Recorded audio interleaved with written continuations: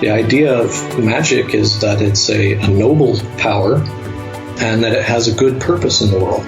It's not meant to be something that is a dark, spooky, dangerous type of thing that people are intimidated by. Salutations, listeners, and welcome back to Glitch Bottle, the podcast where we uncork the uncommon in magic, mysticism, and the generally misunderstood. I'm your host, Alexander F., and today we are so excited to speak with author, artist, goldsmith, and experienced ceremonial magician, Jon King IV.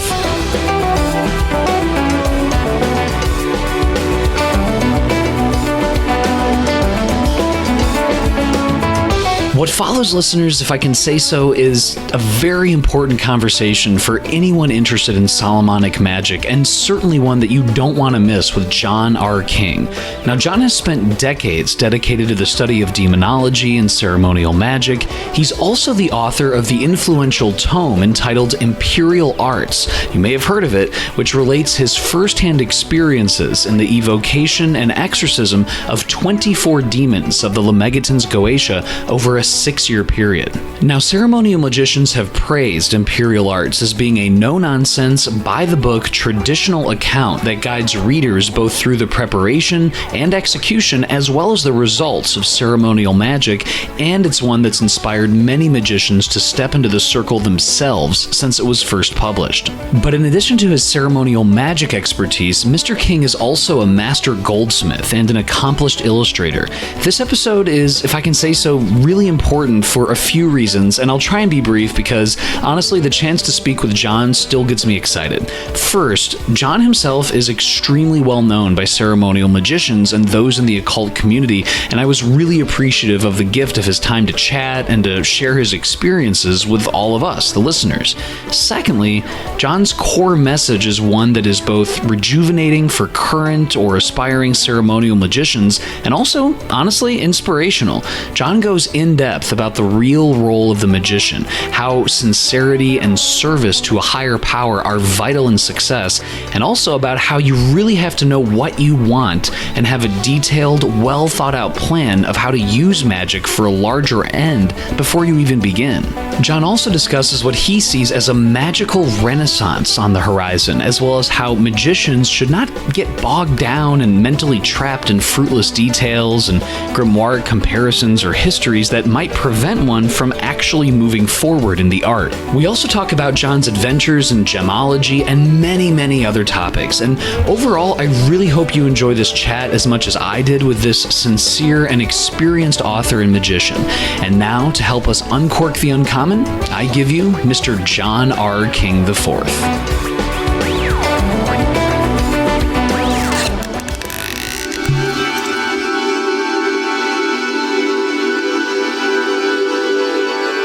Jon King, thank you so much for stopping by the Glitch Bottle podcast today. We really appreciate it.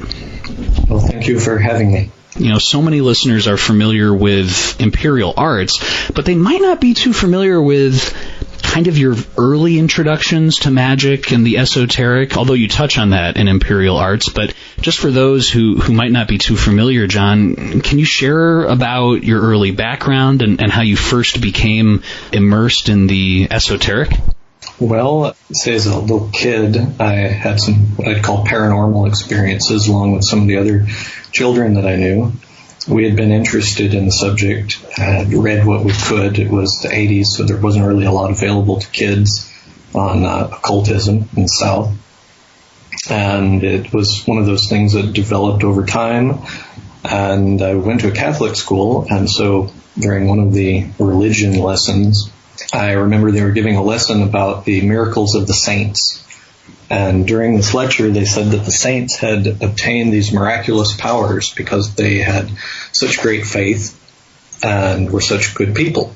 And it always kind of struck me as a strange way to reward someone for doing good. You know, we'll lift you off the floor like St. Teresa or something. And I just thought that it was fascinating. So I asked the instructor, I'd done a little reading, I said, well, what about the people in the Orient who levitate, or other people from other religions who have healing miracles and things of that nature, who are obviously not Christian and they don't share the same value system, but somehow they obtain these same rewards? His response was that demons in service of the devil that they also had these same powers that they could bestow upon anybody. I had some Bible citations for it. And I thought, well, this sounds great. I don't have to go through this whole process of being such a wonderful person all the time. I could just go ask the devil and I can do all this cool stuff, right? And that ended up with us getting about a week of lectures on witchcraft and demonology and some of the back history of what the church did with all of that stuff. And I became fascinated with it. I was about 11 years old and I stayed fascinated with it. I continued to talk to the priests about it. I ended up talking to the bishop about it. If the church had a different policy toward marriage, I might have looked into the priesthood. I found the religious aspects of school to be really very interesting to me. And so I began from that and really did whatever research I could and branched out from there. After a few years of that, I remember collecting all these spells. The very first time I ever tried to put it into practice, I was in high school, first year of high school, a couple of weeks into the year. We've got these expensive locks, private school, that they made us buy our own lock. It was kind of an expensive lock, and I didn't want my parents to have to replace mine when it got stolen one day. And I thought, well, there's this spell in the back of, I think it was Catherine Paulson's collection of spells and magic charms. It came out of the Anglo-Saxon charms. It's this little rectangular design that you draw and you put it in your left shoe. And I thought, well, this isn't really all that involved. Let's try this out. Ended up drawing the little seal, went to the bathroom, drew it on my piece of paper, stuffed it into my shoe, went back to class. Middle of class, a kid comes in with the lock, face full of tears, just bursts into class. Teacher's telling him, sit down, what are you doing? Get out of my class, that kind of thing. He completely ignores her, walks over to me, and he's bawling his eyes out asking for forgiveness for stealing my lock. I remember thinking, well, this is a strange way for it to work out less than half an hour after I'd done the spell. Thought about it a little bit more, and I thought, well, that seemed to have worked. Let's try it again for other stuff. And I just couldn't find a whole lot of different things that I needed to mess with in my life. But man, did my friends have all these things that they wanted. And so I kind of used it as a testing board for different spells and things that didn't seem too difficult to perform. Went through as many of them as I could find and found people that might find them to be useful. And spent a couple of years there just playing around with spells and talismans. Some of my friends like to go to the bookstore, hang around there, and we ended up meeting these two much older people, a Native American family, Harlan and his dad. He was a practitioner of a Native American tradition that at least a good portion of it he probably made up himself, but there was a lot else that was connected to occultism, witchcraft, other things that he had read.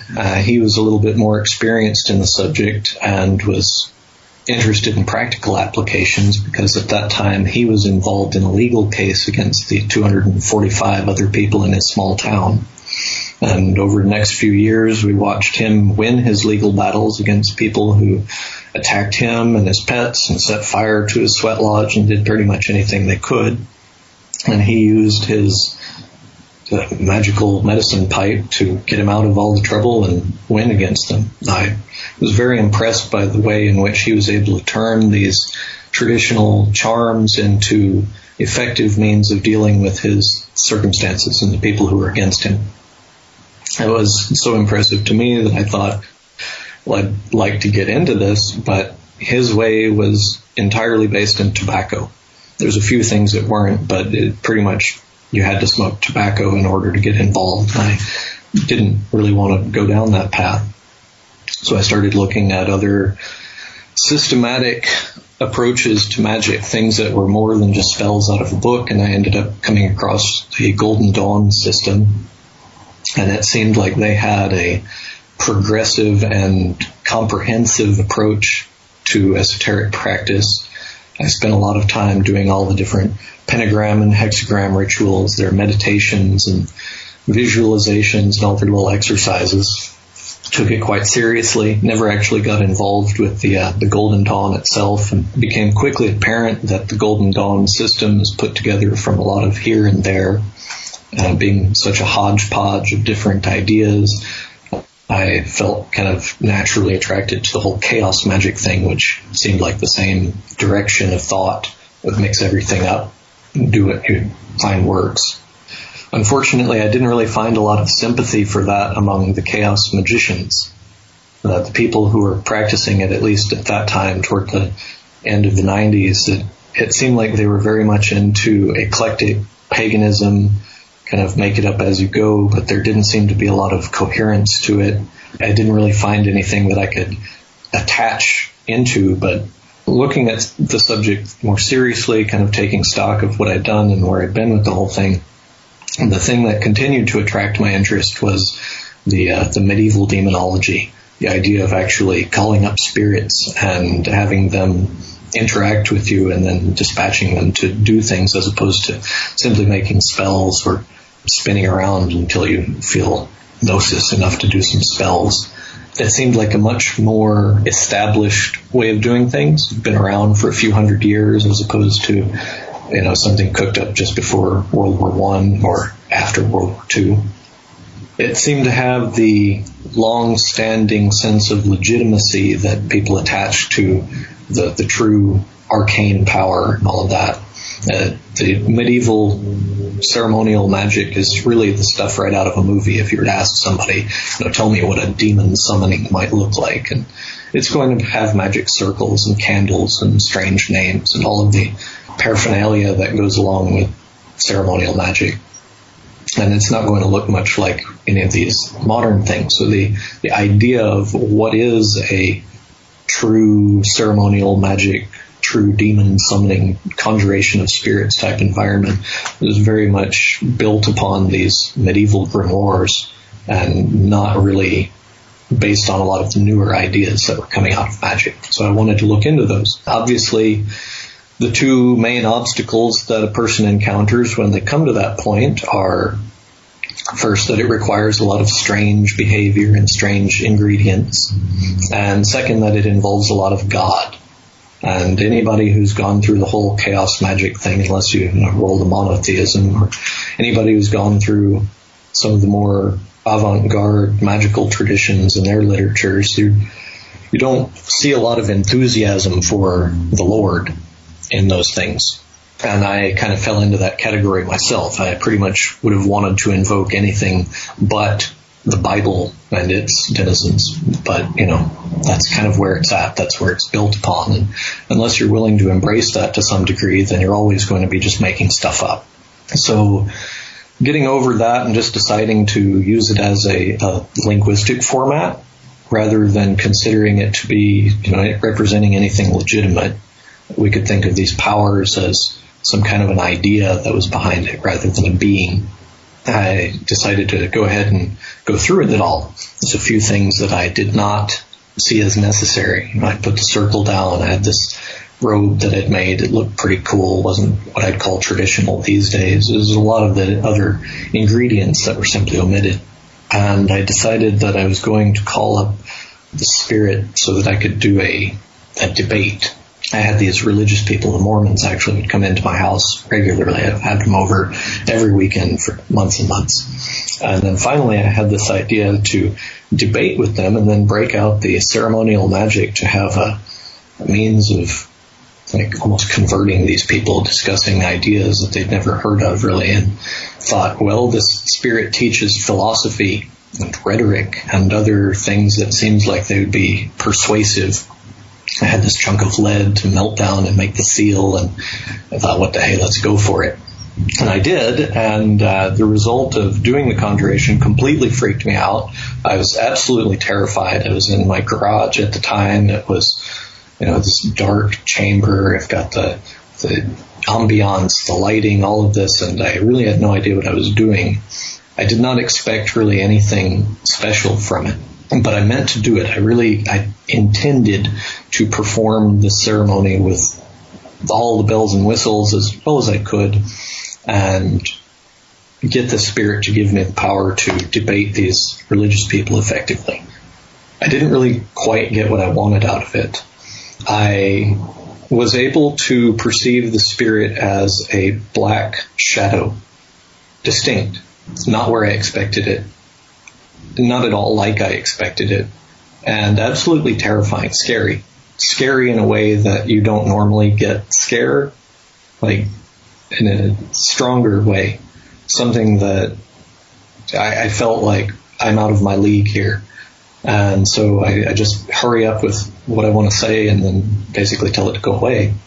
That was the extent of it, but then a couple of days later, there's this time for the debate. My throat has turned into something that will only let me talk like, I called it like a pirate, but this horrible, hoarse, scratchy voice that wouldn't let me speak at all. Anything that I would say would sound like it was spoken by a 90-year-old man with emphysema. It stayed that way for a few days, but while I was speaking with that, I could say the most absurd things. I mean, just things that I knew weren't true, and that the people I was talking to would know weren't true, but which sounded entirely plausible because of the way that I was able to argue them. At this point, I can't even remember any of the main points. I have them written down somewhere, but just bizarre arguments that I would get into just for the sake of making an argument, and then easily win the argument, but my voice had to sound disturbed throughout it. So I thought, well, that did something. It did more than what I was expecting, and less in other dimensions, so why not redo this experiment, but redo it with all the bells and whistles, with the good old lion skin belt and everything else, just the way that it was supposed to be done. So quite a bit of time went by. I went on some adventures digging up rocks in the desert southwest, kind of what got my jewelry career going, and finding all these quartz, garnets, different minerals and things, and then being able to turn those into things that I could eventually hopefully sell. I don't think I actually sold any of them, but it was a good start anyway. Through acquiring all of this stuff, I ended up getting to a point where I had the means to just go ahead and do the full Monty, get all of the stuff. And since no one else had written about it ever, was not able to find any written record of anyone who'd ever done this before, well, I'm going to go ahead and be the person to do this on my own. I forget what the exact issue was, but I was involved in some kind of an internet debate over things, and then I again decided, well, I'm going to use the magic to step into this, and I decided to call it the second spirit of the brazen vessel, specifically for the purpose of producing earthquakes. I named the area, and I said about the time window, and I wanted to produce a visible, noticeable earthquake at that place. A little while later, it was a couple of days later actually, there was 114 earthquakes, small ones, at that same site. And they called it the earthquake swarm. And it was on a new fault, so it was something that hadn't been there before, and it just opened up. Thought that was pretty cool. Sat on it again for a couple of months, maybe 6 months. Then decided to get scientific about it, try the exact same experiment, but to try it in a different place, and to be more specific, I specified the exact place, which ended up being near San Simeon in California, the magnitude, which was 6.5, and the date, which was the winter solstice, 2003. And all of that, I actually was driving through the area from Northern California when that happened. There's some tension about whether or not I'd be caught in it. Of course, it's the middle of nowhere. There's not really any buildings, so I thought it's a pretty safe bet that nothing's going to be really damaged by this. When the quake happened, it was exactly in San Simeon. It's called the 2003 San Simeon quake. A geyser of sulfur and steam shot up in front of City Hall for hours. Thousands and thousands of gallons of this stuff came out. Ruins of some church collapsed and killed 2 people, and I think it was $40 million worth of damage was done. So yeah, it worked, but it worked in a way that left me feeling like, again, maybe I had stepped over the boundaries of what I really ought to be getting into. So when the journal began, it had all of this kind of background going into it, and it was for the conjuration of riches, which I think everybody gets into eventually, is that they want to have riches. And that was really where the journal begins, if you're reading it from online. If you've got the book, then the journal, I think it goes over the initial conjurations just a little bit. But that's kind of where it began and where it came up. I didn't really expect anybody would ever read it. It was just kind of my personal record to be online, and then I got quite a few of them together, and I thought, well, put a book together of this stuff. People kept asking me, well, how do I make the stuff that goes into this? How do I do all of this? And I wrote a few other small books just to give people an idea of how to produce the materials, like the Wizard's Workshop, which is really just a basic idea of what you'll be getting into in terms of craft work to produce all of the different regalia for this, or the astrology book, or any of those things are just really supplementary to this main work. And that's where I started the whole thing.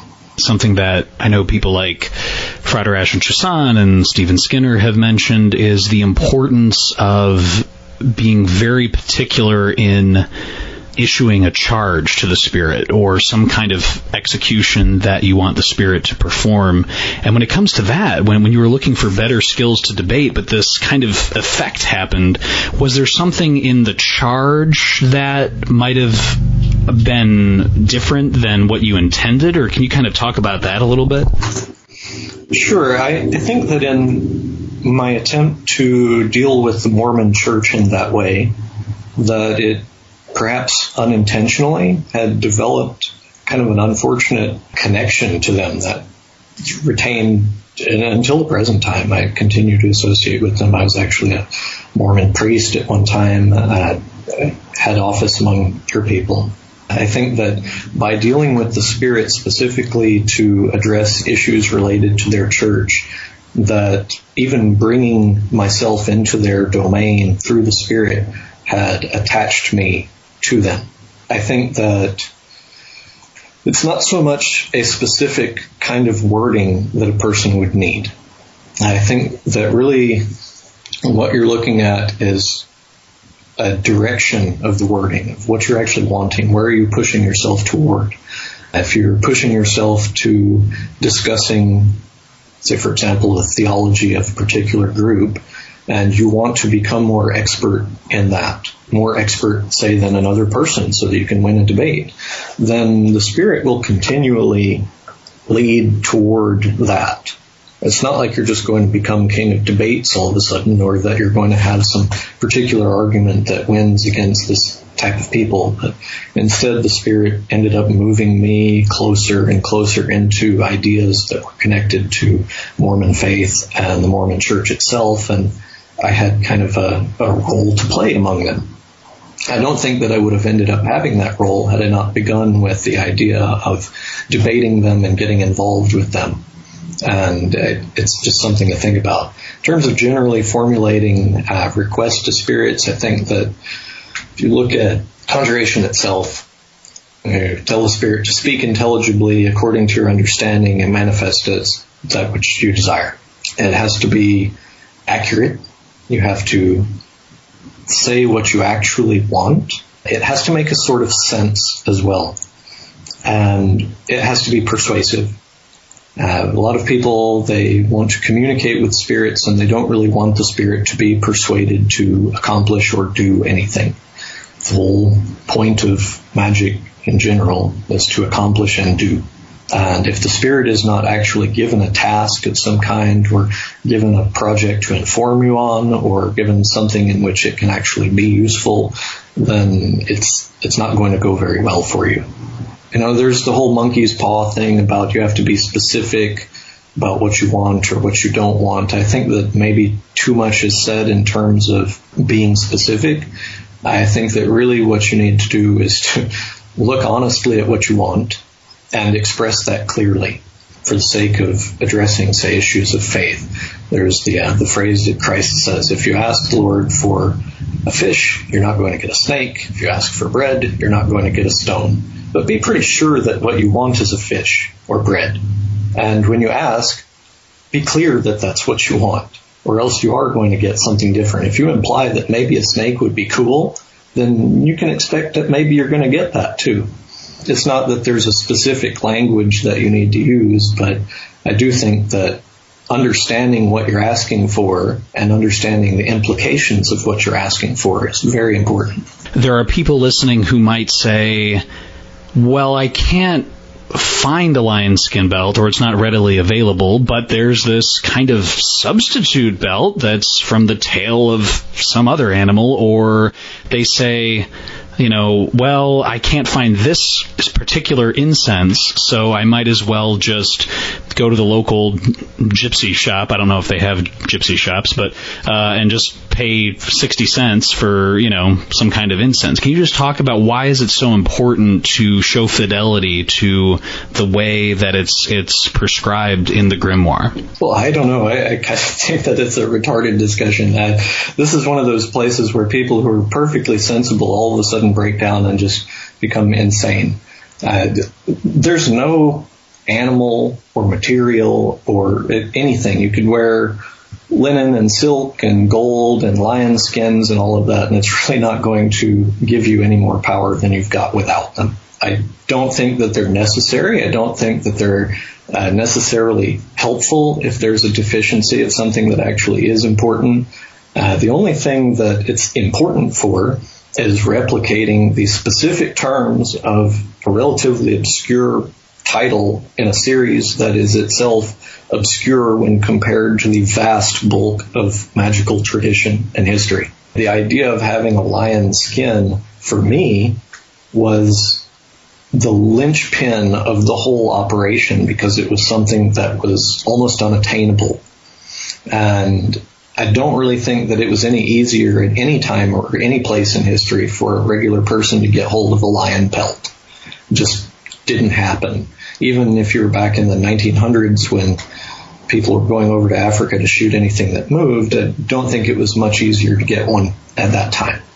So it was kind of an obscure requirement, but to me, the obsessive nature of doing this stuff where I forget who it was that described it this way, but there was one writer, maybe Richard Cavendish, maybe Arthur Waite, who suggested that the idea of getting into the grimoire world was to become saturated with the different symbols and the different things, and to develop kind of an obsession with making it happen.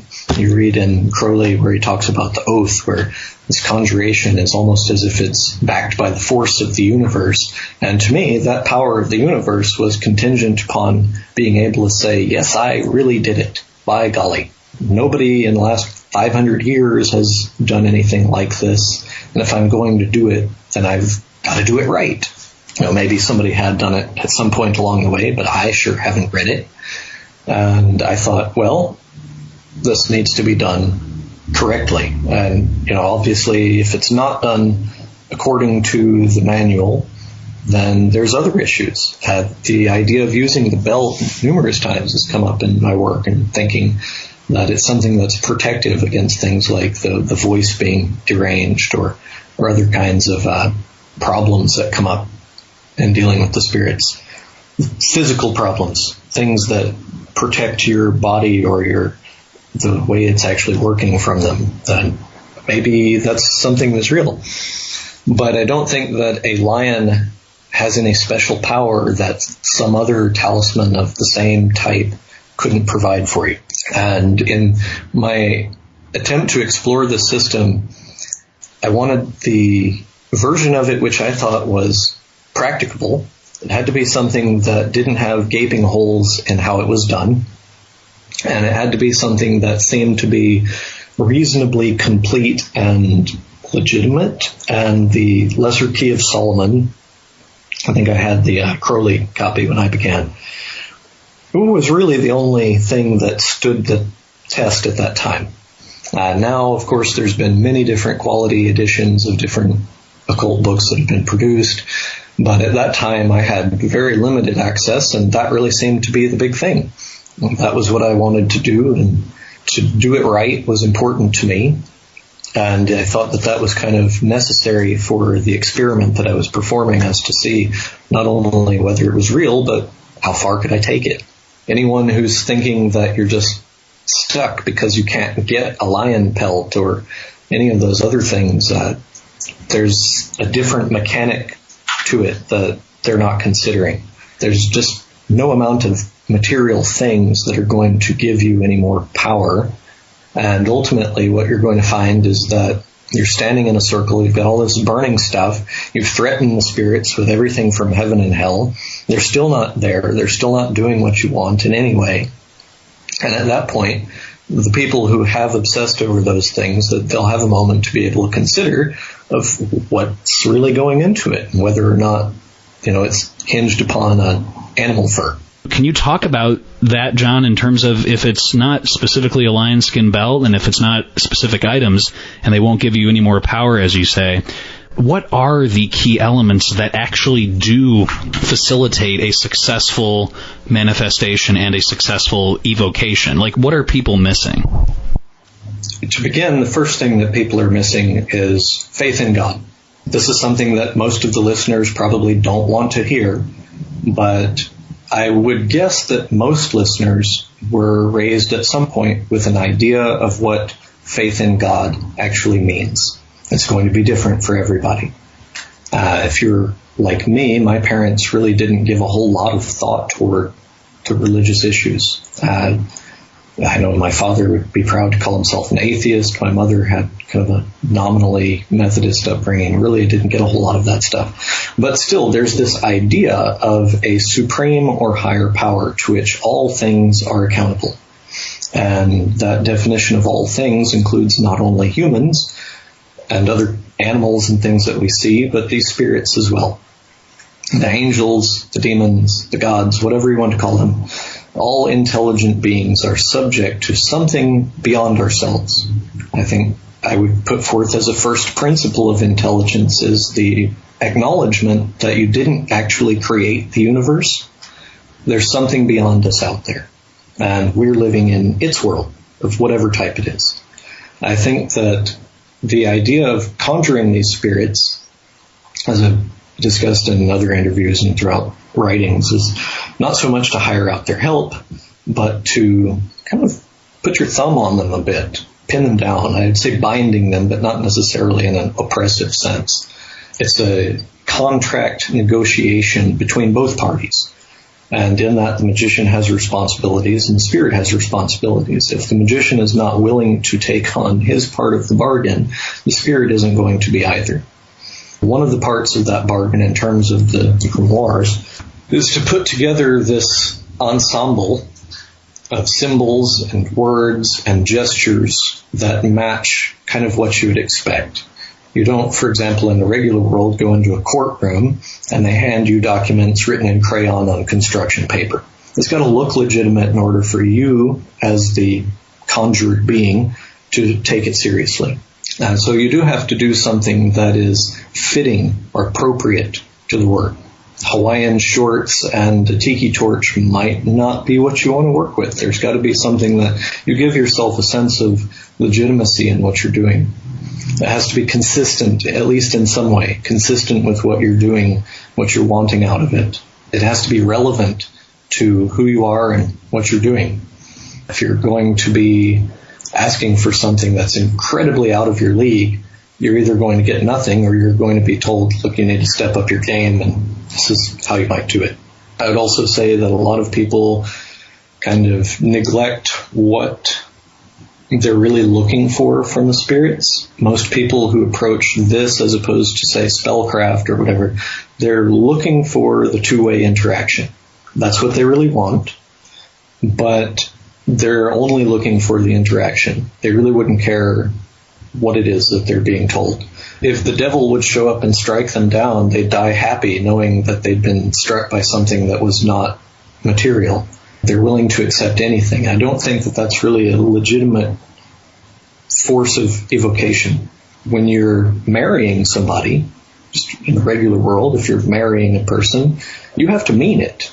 If you don't mean it, if it's a shotgun wedding, then the whole thing is off. There's no legitimacy to it. And there's not really much that you can hide from the spirit in terms of your intentions. And if you really aren't into it, if your heart is elsewhere, if your head is elsewhere, if you don't really mean it, and if you're not willing to undertake the kind of obligations that it puts on you, then the spirit isn't commanded or overpowered or subdued at all. It doesn't care. It doesn't need to. And I think that those issues, rather than what kind of animal skin you've got, are more relevant questions in terms of am I doing this correctly? And you also mentioned that faith in God rather than knowledge, the knowledge of names and seals, timing. Timing is, as you know, one of those often discussed things. If you're looking to conjure or engage with a mercurial spirit, the day and hour of Wednesday on a waxing moon is something prescribed in the grimoires. But can you talk about that, John, in terms of, are things like timing important? Are things like using the appropriate sigil of the spirit, is that a necessary element, but it's not the main element compared to faith in God? Can you just kind of delineate that a little bit? I'll start from kind of a different angle. I'm a jeweler, so my Christmas is always about a week after anyone else's, because we work nonstop through Christmas season. December, you have the long days, 14-hour days toward the end of it. And Christmas is over usually midnight, December 24th. So the jeweler doesn't get to have or enjoy Christmas unless it happens after that time. But for all intents and purposes, yay, it's Christmas for us. And I'll use another analogy, the Christmas tree. What's an ideal Christmas tree? You can get a fresh one, you can get a plastic one, you can get a Las Vegas one with some glitter tinsel on it, and they're all legitimate for a Christmas tree. So if we apply the same logic to conjurations and spirit seals, you can, you figure that there's a time in which things are supposed to be done, this waxing, that waning, Mars on the horizon, or whatever it might be. But this ideal time is kind of like celebrating Christmas exactly at 10 a.m. on December 25th. If that's not what works for your family, then maybe that's not the most important part of Christmas. And the same with your Christmas tree. If you've got your Charlie Brown Christmas tree that's leaning over with one old ball on it, it doesn't somehow invalidate it. It's just a little bit different. The intent, the design, the execution, it all screams Christmas tree. So if your spirit seal is just a little bit off from whatever got scrawled into a book 500 years ago, or whatever got renovated 100 years ago from that scrawling, and if it doesn't quite match those things, well, who cares? Do you? I really think that that's not going to be an issue that people should concern themselves with. What's more important is that you have something that is presented to the spirit as, this is what I made or what I obtained to represent you. This is what I'm displaying to represent you. And this represents what we're doing here. It's the nature of this engagement. In the same way as when you put out your Christmas tree or your Halloween decorations or whatever, that it represents for you just as valid an expression of that same sentiment as it does for someone else with a very different look of the same thing. Can you just talk about this whole concept of this being, two different parties, so to speak, to use legal terms, coming together and meeting in the vicinity of a consecrated circle? I mean, can you just talk about the things that are really needed on the magician's end, which you've touched on, but then also how the spirit interprets that to fulfill their end of the bargain? Well, just in practical terms, if you're looking to actually get into this and take it seriously, the first thing that you need to think is where you're living. Every place that I've chosen to live in the last 20 years, I've picked specifically so that it would be appropriate for rituals. It's just one of those things. If you're in a place that you're not able to perform the practices correctly, then you need to find one that you can, even if you've got to take a little bit of a walk. You can go into, maybe at the top of a building, the top of a hill, in the sewers, caves, woods, wherever you've got to go. If your place where you're at is not going to cut it, and you just can't shake the feeling of this is where I watch Judge Judy and not where I talk to demons, then you've got to get out of that space and get to one where you feel like it's more appropriate. It's important to be able to get into the mindset of what you're doing. I don't mean to get out of rational thought, but you definitely have to have an awareness of what you're up to. One of the things that I have no explanation for it, but I'll just throw it out there when having asked the spirits different questions, what comes up as necessary. Fire of some sort.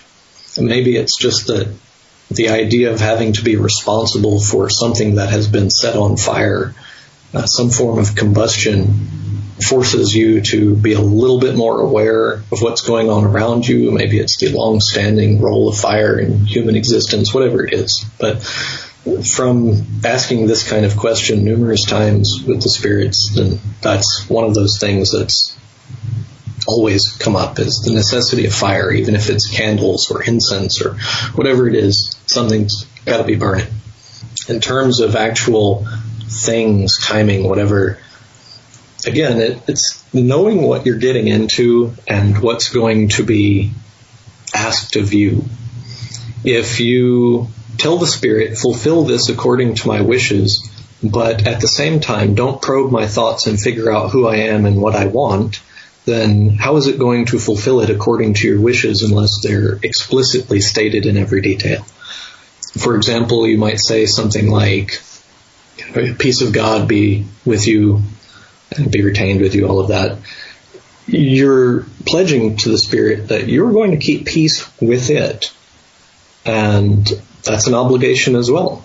I mentioned, I think, in my last interview that I did, are you going to hold to that even to the bitter end? Are you going to admit that the spirit had done its duty as far as you're concerned to give you a fair shake? Or are you going to say, nope, this is one of the bad guys, not my people, and betrayed in the end? And I think that it's hard really to guard or cover that kind of evasion at the point where you're doing this. You know when you're not really into it, or when you're just playing around, or when you're just exploring.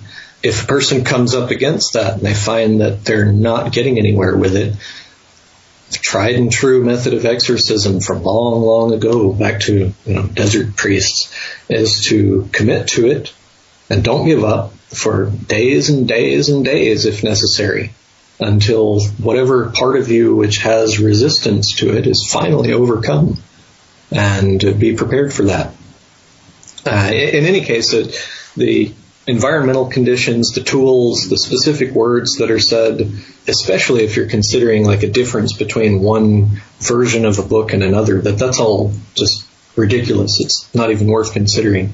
Just to take kind of a tangent here, the idea of magic and these books, these grimoires, as being even really relevant to the subject of magic is kind of skeptical for me. They are great examples of practical magic from an English-speaking culture, mostly, or something that, German or French or some language in which we can continue to speak rather than Akkadian or hieroglyphics or whatever. So they're representations of magic that we can see some of the details of and appreciate them, but they're just a tiny slice from this very restrictive point in history.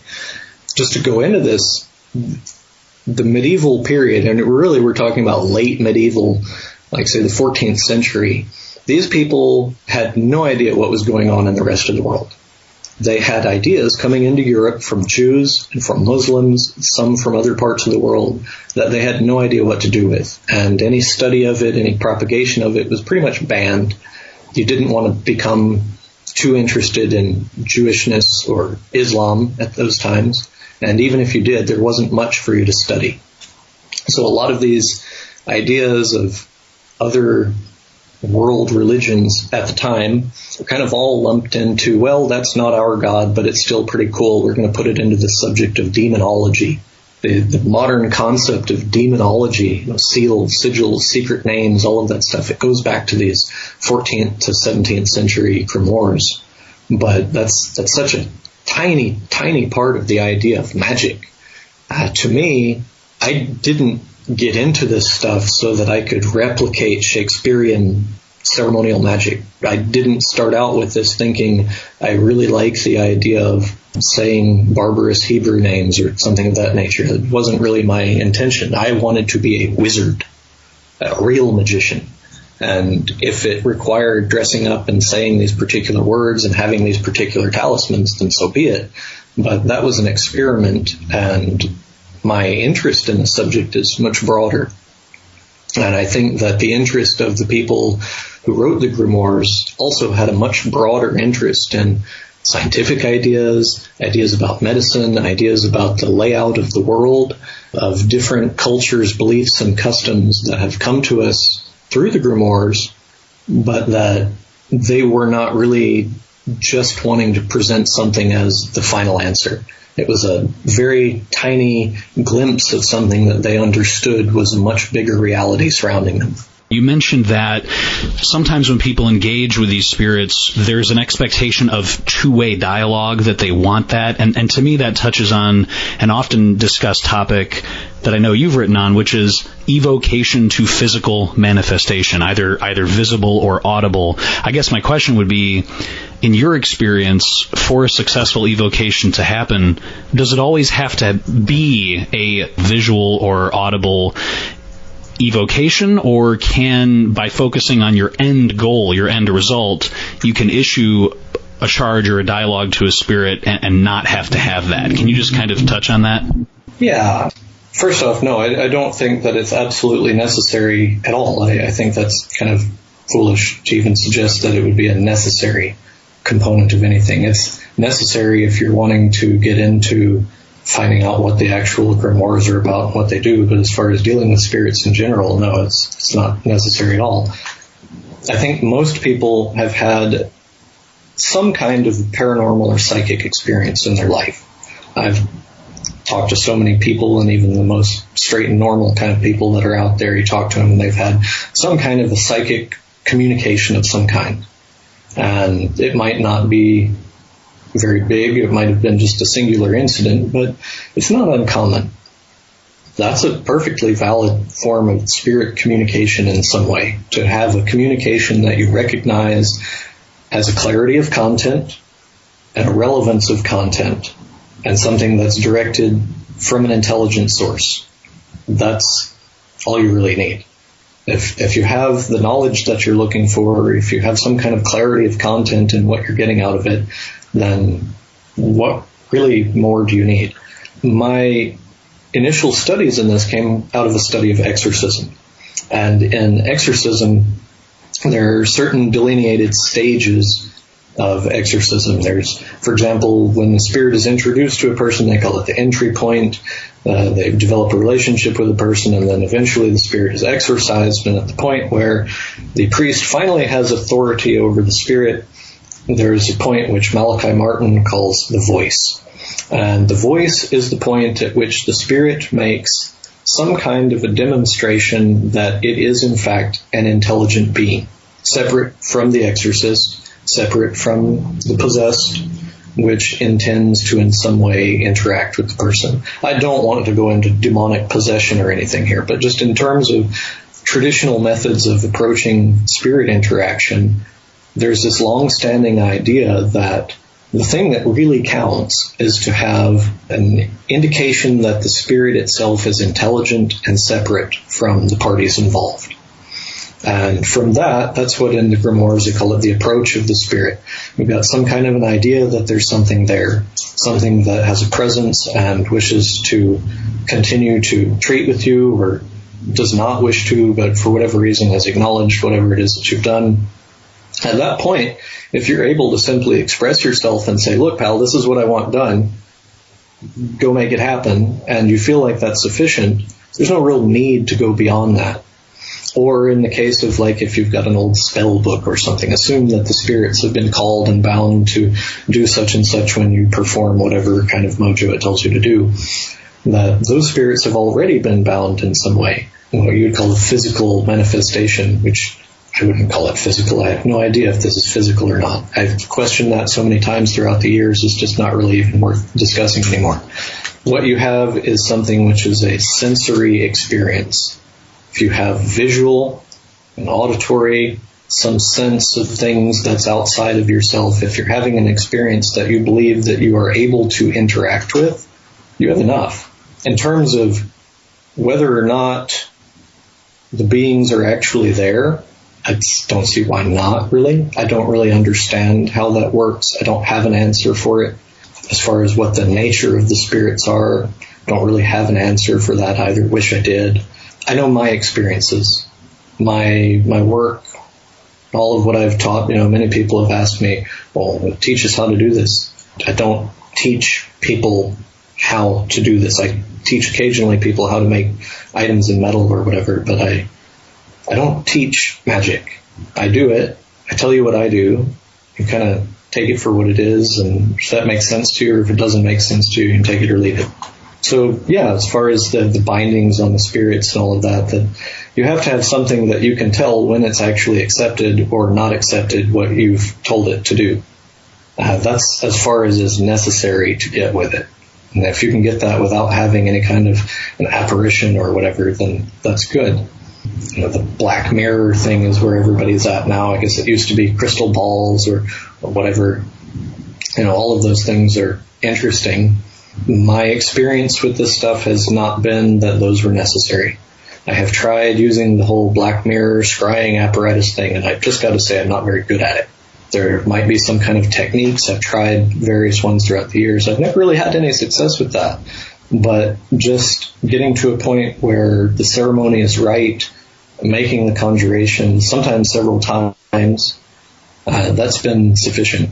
There's only been one spirit that I've not been able to call no matter what. I have no idea why not, but sometimes it just doesn't happen.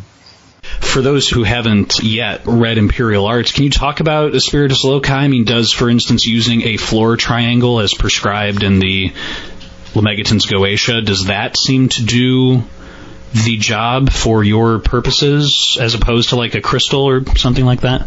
The idea of the triangle is kind of like a witness stand for the spirit to sit on. And it has the responsibility of being in that place to place the bindings on it. And I've, in my experience, found that it's not necessarily going to be situated where you want it to be. Placing it on the ground, I thought, well, maybe we'll just put 4 of them out and have one in each direction. I don't really think that that's actually the appropriate way of handling it either. But over time, you kind of work with it. I think really the ideal thing is to draw it out when you want it on the spot. I've used tape on the floor. I've drawn it out in chalk. I've drawn it out with the sword point, just different applications, and they all seem to work about the same. The idea of the triangle is that once the spirit has been called, the triangle is used to bind it to whatever oaths that you place on it. And afterwards, the spirit is sealed in the vessel and then called from there without all of the hoopla that goes into the initial conjuration. Can you just talk about the importance of the consecrated circle as a barrier? For example, I remember when Dr. Skinner was on the podcast, he mentioned that people obsess about drawing chalk as a barrier, but he's like, that doesn't really make the difference. What you have to do is pass over the circumference of the circle with a consecrated iron blade, because that leaves a trace of sharpness effectively on the astral, and that's what will prevent any kind of barrier crossing, or at least attempt to prevent. Can you just talk about what is your experience when it comes to effective protection? Well, first off, I'm not sure if I believe in astral anything. It's just, maybe that's a different kind of topic altogether. But I think that the point of the circle, again, you go back to like Aleister Crowley and his talk about the circle, I think is very much on point. Anybody who's saying that Aleister Crowley doesn't have anything pertinent to say about the ceremonial magic of the Middle Ages simply hasn't read his work. The names of the circle, the different divine names and the concepts that are embodied in them. In making the circle, I will actually go around from the start of them and walk around the circle 3 times while saying the different calls, or the explanations of the different names, and enchant the circle by walking around while saying these prayers. And I think that the circle itself is really just a guide for keeping all that in place. The circle is made by the prayers and by the state of contemplation that goes into the prayers, by the proclamations that you're making while doing that invocation, which basically say that you're going to use it for man's good and God's glory, that you're going to basically be a decent person, that your work isn't just something that you're doing on a whim, that it's important, that it's got a higher dimension to it. All of those things are your stepping into the ring, and then afterward you have a circle. It doesn't matter what kind of method you have for laying it out on the ground. That's just to keep track of the, I guess you'd call it the powers that you've invoked. I prefer not to think of them as powers. I prefer to think of it as establishing terms. This is who I am. This is what I'm into. This is what I'm about here. I'm going to call you so that we can conduct business. To me, that's the nature of the magic circle, is its invocation, and not necessarily how it's written, or whether or not your spelling is correct, or whether everything is aligned perfectly north-south, or whether it's drawn with the chalk taken from the grave of a druid, or whatever. The idea that you're presenting is very much based on faith in God and the intention and knowing who you are, what your goals are, what you need to accomplish, having, respect for the acts and eliminating any internal resistance when you move into the circle and creating the circle before anything even begins. It's really focused on who you are and how you're approaching it. That contrasts with something that I know other guests like Dr. Skinner have mentioned, where I remember he mentioned to me in a podcast that the process of magical evocation is very mechanistic in terms of this is why magic has survived, whether you were an Egyptian priest in 100 AD, whether you were a Byzantine monk in the year 1200, or whether you were in England working the Lemegeton in 1641, that the techniques, the circle, the phylactery, the words of power have done that. And he mentioned that. I even asked him, I said, well, technically on that standpoint, could you be an atheist? And just by mechanistically executing these procedures, could you engage in some kind of result? And he mentioned that you could be an atheist, but you would not be a materialist for too long, because you would realize that the universe is constellated with all kinds of these spiritual creatures, or however we define them. Can you just kind of talk about that? Because I'm hearing different, drastically different ways to approach it. I mean, what are your thoughts on that in terms of the mechanistic process? I think that in my initial interpretations of all of this, I was much closer to an atheist, or maybe not a materialist exactly, but I had this idea that really this is something that you could do by rote, that it was something that was effective because of having fulfilled various terms, the outcomes of which were laid down long ago. For example, if I say in 1900, that this is the law, that when you get to the year 1999, that's still going to be the law unless somebody's changed it. And that it was established however long ago by somebody that when so-and-so stands in a circle, it looks like this and says these conjurations, then you're expected to appear and do as follows. There may well be something to that. I agree that the mechanistic nature of it has kept it alive, but I don't think that the process of dealing with spirits stays mechanistic. So many times in dealing with any of the conjurations, my thoughts end up turning away from materialism. A lot of times I've just been tempted to throw out, the last 100 years of scientific and philosophical advances and go, this medieval stuff seems to be irrelevant, just from the practical experience of it. Definitely over time got much deeper respect for traditional religious beliefs.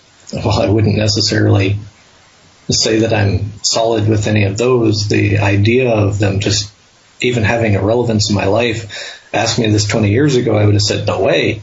But having dealt with the spirits and magic and attempting to see how all of this works, I don't really think you can come away with it without an interpretation that leaves room for them being valid beings or powers outside of yourself. This idea that it's all in your head or whatever, I don't know, my head is not in some of those places. To that point, I know that Frater Ashton Chassan, Dr. Skinner, a lot of magicians really do hold to that in terms of, there is an objective spirit model, and that is something that is used for these engagements, as opposed to, and I just love your thoughts on this, John, you just kind of intimated it, but what do you make of this whole psychological model? Ever since psychology the last 100 plus years has surfaced, it seems to have this kind of reductionist approach that it's all in your head. And I think there was some quote, it's all in your head. You just have no idea how big your head is. Can you talk about that in terms of how do you see these beings? In terms of the objective existence of them, whatever they are, however we categorize these spiritual entities, versus the kind of psychological model. So, I don't know if you've read And the lectures on demonology, the first chapter kind of goes into this idea that you have thinking that you do, that it obviously is taking place in your brain. All of your thoughts are taking place in your brain. And you have the ability to do things that are not just products of what's going on in your brain. For example, you want to hold your hand up in the air right now. There's no chemical in your brain that tells you, hey, you need to hold your hand up in the air right now. It doesn't naturally produce that. You have voluntary control to lift your hand in the air. It's an act of will. It's not something that you do unconsciously or by prompting. It's something that you do because you want to. It's a decision that you make.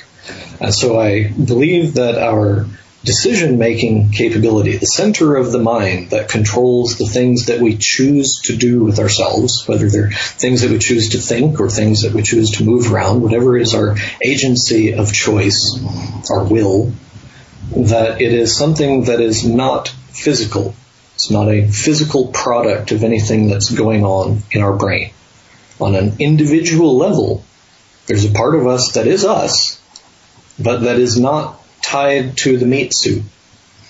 And we are living not necessarily inside, but at least our awareness is clustered around the sensory organs that are attached to the meat suit.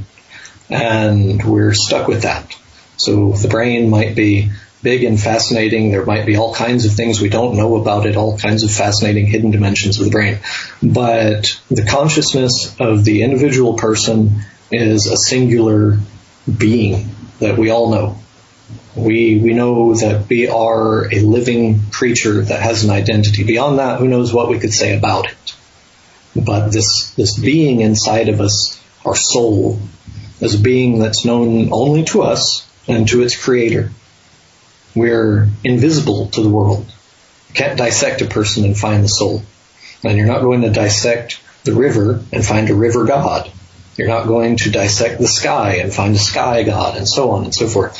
But this idea of spirit beings and the type of existence that they have is an existence that they're not in a place. They're not in an energy field or an astral plane or another dimension of some kind. All of those things are physical locations of some type. And I am suggesting that there is a spiritual component of existence which is beyond all of that, beyond the finest filters that you might apply to reality, that there is a company of heaven which is eternal and exempt from all of that. And that is the nature of the spirits with which we're dealing. And ourselves are included in that, along with any other intelligent beings in the universe. So in terms of psychology, there's a psychological component to dealing with our own individuality as spiritual beings. And that confuses, the 7 billion plus people in the world, as for thousands of years. There's a psychological component to dealing with issues of faith, issues of spirits, all of that. Yes, there's definitely a psychological component to getting into the right frame of mind to work with them. There's a psychological component to figuring out how to interpret those experiences. But the beings themselves and the kinds of powers that they have are not themselves psychological.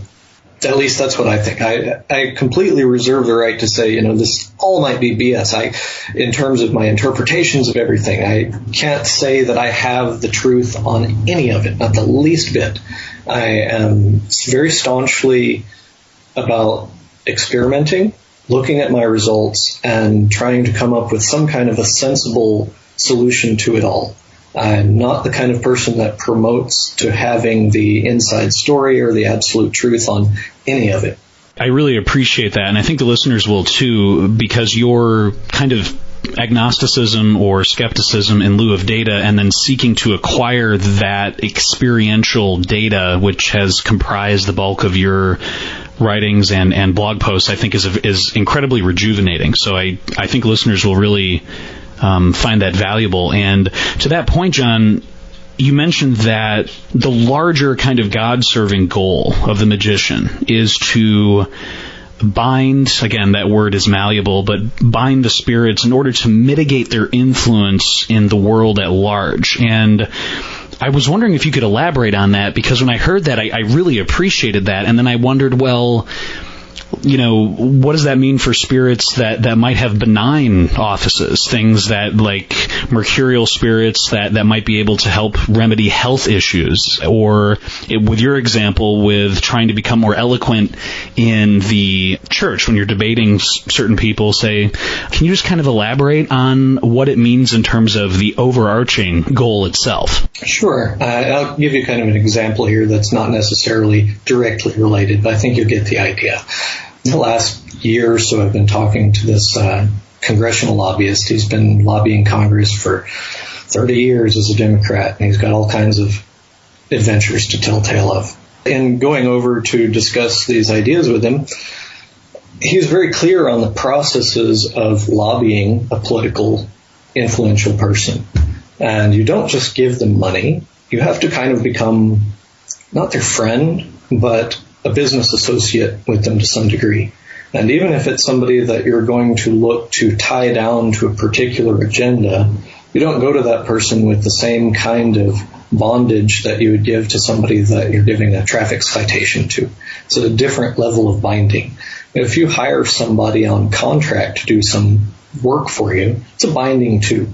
I love to use the electrician example. You hire an electrician to wire your basement. You can give them a beer, you can give them a contract. If you give them the beer and your basement burns down a month later, then how do you hold them accountable? But if you give them a contract, the situation is different. So this idea of binding spirits is not necessarily to say to the spirit, you suck, I'm going to stop you from being able to do anything, but rather to address issues that are beyond your control, that are under its influence, that you need to have some kind of negotiated presence there. Some of the spirits, those especially related to things like money and finance, it's very difficult not to be under those spirits' patronage without serious problems in your life. You can live under a bridge, or do like I did and live in a dungeon for quite a while, and you're going to be exempt from it, but ultimately it doesn't help you. If you want to do anything in the world, you are subject to the rules of finance in some way. And so it's not really possible to just bind this spirit, but it is possible to negotiate where it's not going to be offensive to you or to whatever people are important to the projects that you have. I was just speaking the other day literally about this same issue with a magician that I know you're very familiar with, about how you can effectively negotiate and bind, again, to use all the caveats with that term, in terms of when you're in ritual, what is the best way to elicit a concrete oath, a contract versus a beer with a spirit. And the issue that was at hand the other day was the Liber Spiritum, the actual book of spirits that's prescribed in many of the grimoires, in terms of, there's magicians that put them inside a consecrated triangle and they ask that the spirits somehow leave an imprint or some kind of negotiated sign that the magician writes down later, or some people literally write out the contract and then, physically put it outside the circle. In your vast experience, John, what are some of the actually effective ways? Could those be valid, or are there other ways in terms of getting that contract versus the beer? Well, I've gone over my list of things asked for and compared it to the things obtained list, and anybody who tells you that their list has no gaps is lying to you. So you got to kind of take what I say with a grain of salt when I'm telling you the most effective means of binding spirits, because there's a lot of things that I've wanted to get them to do that I haven't been able to. So there's that. So just from my own perspective, the thing to do when asking a spirit, will you do something for me, is to get some kind of confirming data that you're on the right track. Ask for something on the spot as a sign. And it might be something like, I would like to hear the call of a bird, the bark of a dog, the sound of a bell. Something like that might happen. Depending on what kind of conjuration you're doing, it might have to stretch a bit to make that happen. Depending on what kind of environment you're in, that might not be very likely to happen. If you're, underground somewhere, you're obviously not going to start hearing birds and dogs. in terms of just requesting this is what you're going to do and getting a binding out of it, you make the request, say this is what you're going to do, and confirm, will you do this for me? And if the answer is yes, which it very rarely is, then good. If the answer is, well, we're going to have to work on this or that about it, then you work with it. But eventually the end of it is just like lobbying for Congress. You don't get exactly what you want, but you do figure out what you do want. I think it's the Red Dragon Grimoire, or one of the later ones. There's actually this process is written out where the magician is negotiating with the spirit for what you're going to get. The spirit initially says, well, you get to do what you want for a certain amount of time, and then I get you. And the magician says, well, no, that's not really going to be what I want. And the spirit says, well, no, it's not going to be what I want. And the two eventually arrive at some terms. The process can be a lot like that, where you have an initial plan where you start out and then say, well, I've got these 5 people that I want to work with, and then what it might say is, well, these 3 I'm not going to allow you to work with, but if you want to work with these 2, I'll do whatever you want. If that's good enough for you, then say okay, and you go with that. Do you ever issue any or have any specific timing fulfillment as part of that? I know magicians talk about that where, within 30 days, I request that this happen. Or, for instance, with your example, your early example, trying to become more eloquent in order to debate, is there anything that usually stipulates some kind of timing, or is it just more of a gradual fulfillment or a gradual kind of manifestation of what you intend or what the agreed upon terms are? Well, if you need it to be done at a certain time, then include that. I think that goes back to what I'd said earlier about just being consistent and getting an idea of what you really want out of it. And if timing is a factor that's important to you, then you got to include that in your wish list. Time frames are good. Usually time frames, if you're working with, I'll take a month, 6 months, whatever, it's when you have no idea what's going on. I found that at least lately when I have a need for something to be on time, it's because there's something else happening at that time. And in those cases, it's not as relevant to mention the timing, but more whatever it is that's going on that needs to be affected. What are your overall thoughts, John, in terms of actual purity? Like, what are the key things to remember when you are 9 days out from an operation? In the modern world, the idea of purity, sexual purity in particular, is very different than what it once was. People lived in a much more restrictive environment back then, and they were used to much more difficult penances, much more difficult restrictions. I think that if people were to try some of those things, even if it just amounts to sexual purity or whatever for a while, that they'll find that they're really not as difficult to abstain from as they thought. In terms of getting into the 9 days of purification and all of that, I think one of the most important things that you can do when you're going to get in the mood is to clean the space that you're in. Your wife is going to just love you for this. Anytime that you conjure demons, you clean the whole house, like you're having the president or somebody that you actually like over for dinner and you wanted to really put on the red carpet. If you're going to get ready, start with making sure that your environment doesn't have clutter. Wash stuff, wash your windows, dust, take care of your place, and make it look brand spanking new. Once you've kind of got that mentality down, work from there in terms of building up what you're doing. I've never been a big TV person, so I don't really have to worry about that kind of thing. Generally, if you're going to get involved with it, stop talking on the internet and Facebook and Snapchat and all of that. At least a couple of days, it won't kill you. Go antisocial for a bit, but in doing that, keep all of your different obligations. For goodness sake, don't go around telling people you're fasting because you're conjuring demons. The thing to do would be to just withdraw from trivialities, from doing anything that's bad. Having sex with your wife or your stable girlfriend, who thinks that that's really bad? I'm talking about withdraw from anything that's idleness, laziness, foolishness, anything that you feel like it makes you a lesser person to get involved in. The idea is to not be a lesser person. And so as much as possible during this time of purification, if you want to call it that, to become bigger, better, so that you're not looked upon as a schlepper when Satan appears or whatever. When it comes to a circle itself, as you say, you create the circle before you even pass something over it, or chalk is very secondary to this. But do you recommend that people physically use an actual canvas, or some people insist that if you're evoking, you must be connected to the ground, so out, literally connected in bare feet on the concrete of an abandoned building or your basement or out in the woods? I mean, just what are some of the, have you noticed in terms of the physicality and what might be better or worse, or does it not even matter? I have called these spirits in caves, on tops of hills, the upper floor of a loony bin that I lived in. I have called them in the basement, in the garage, and the living room. I don't feel like that really matters as much. What matters is being out in the middle of the desert, trying to find a spot that's private enough without people walking up and asking why I'm dressed like a Klansman in the middle of nowhere.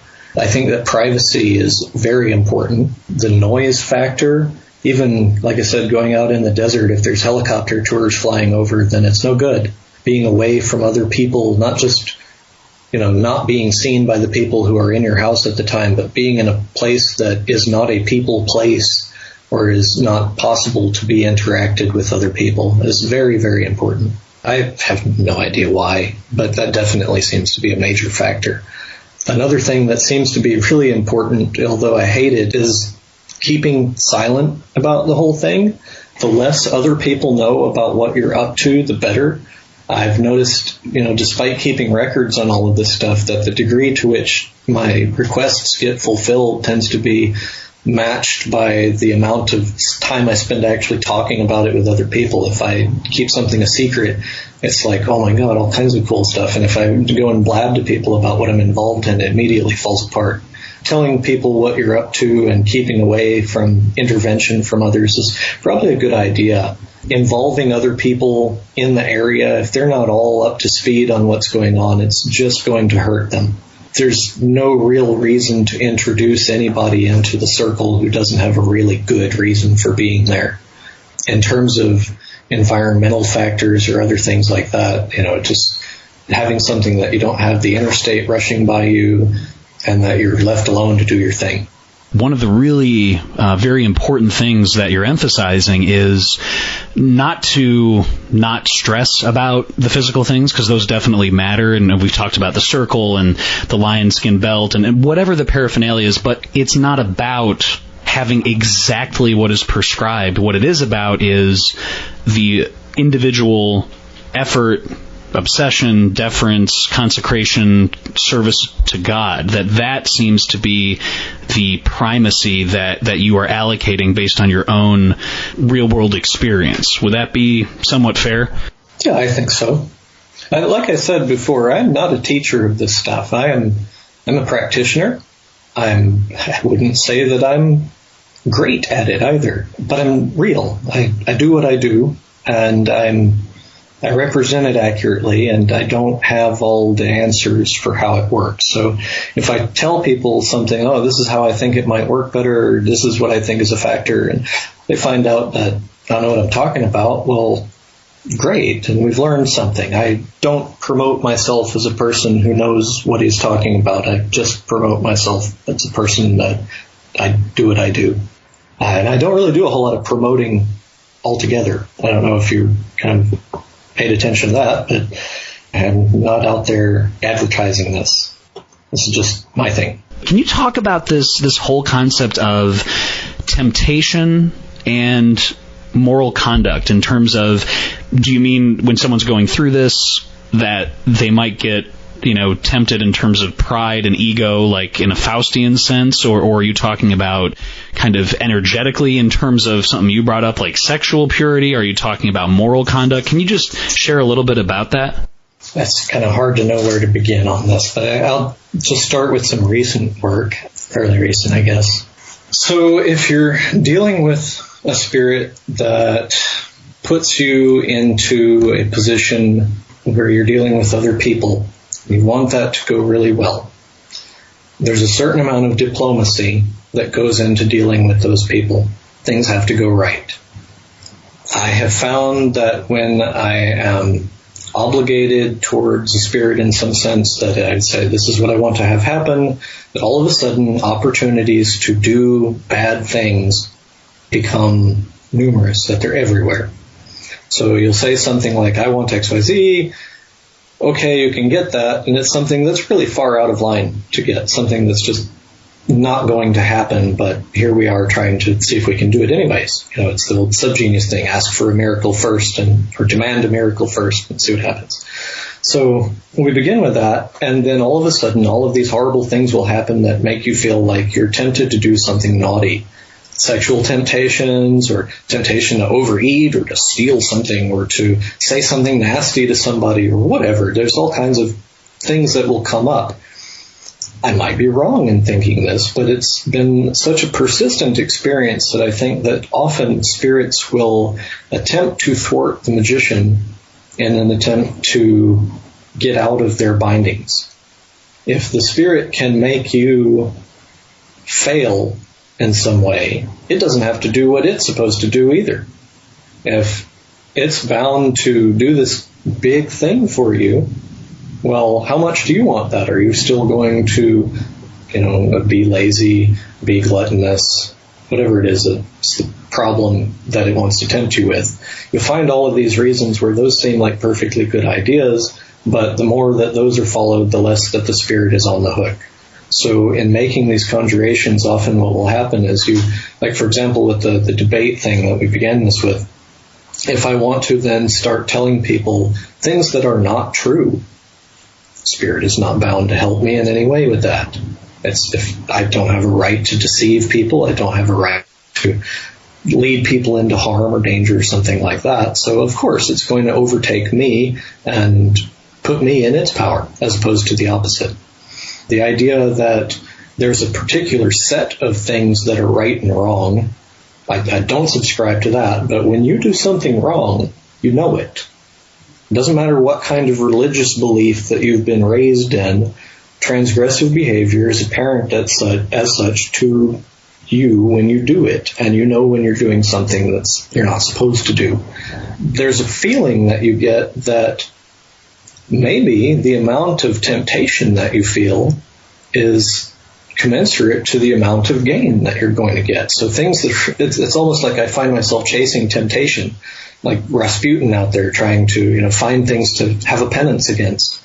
I feel like the spirits often use our sense of doing right and good as a means of leverage to get out of doing what they're supposed to do. And so it's very important that once the spirit has been called and instructed in what it's doing, that you have to maintain the high ground to continue to see what it wants to provide for you.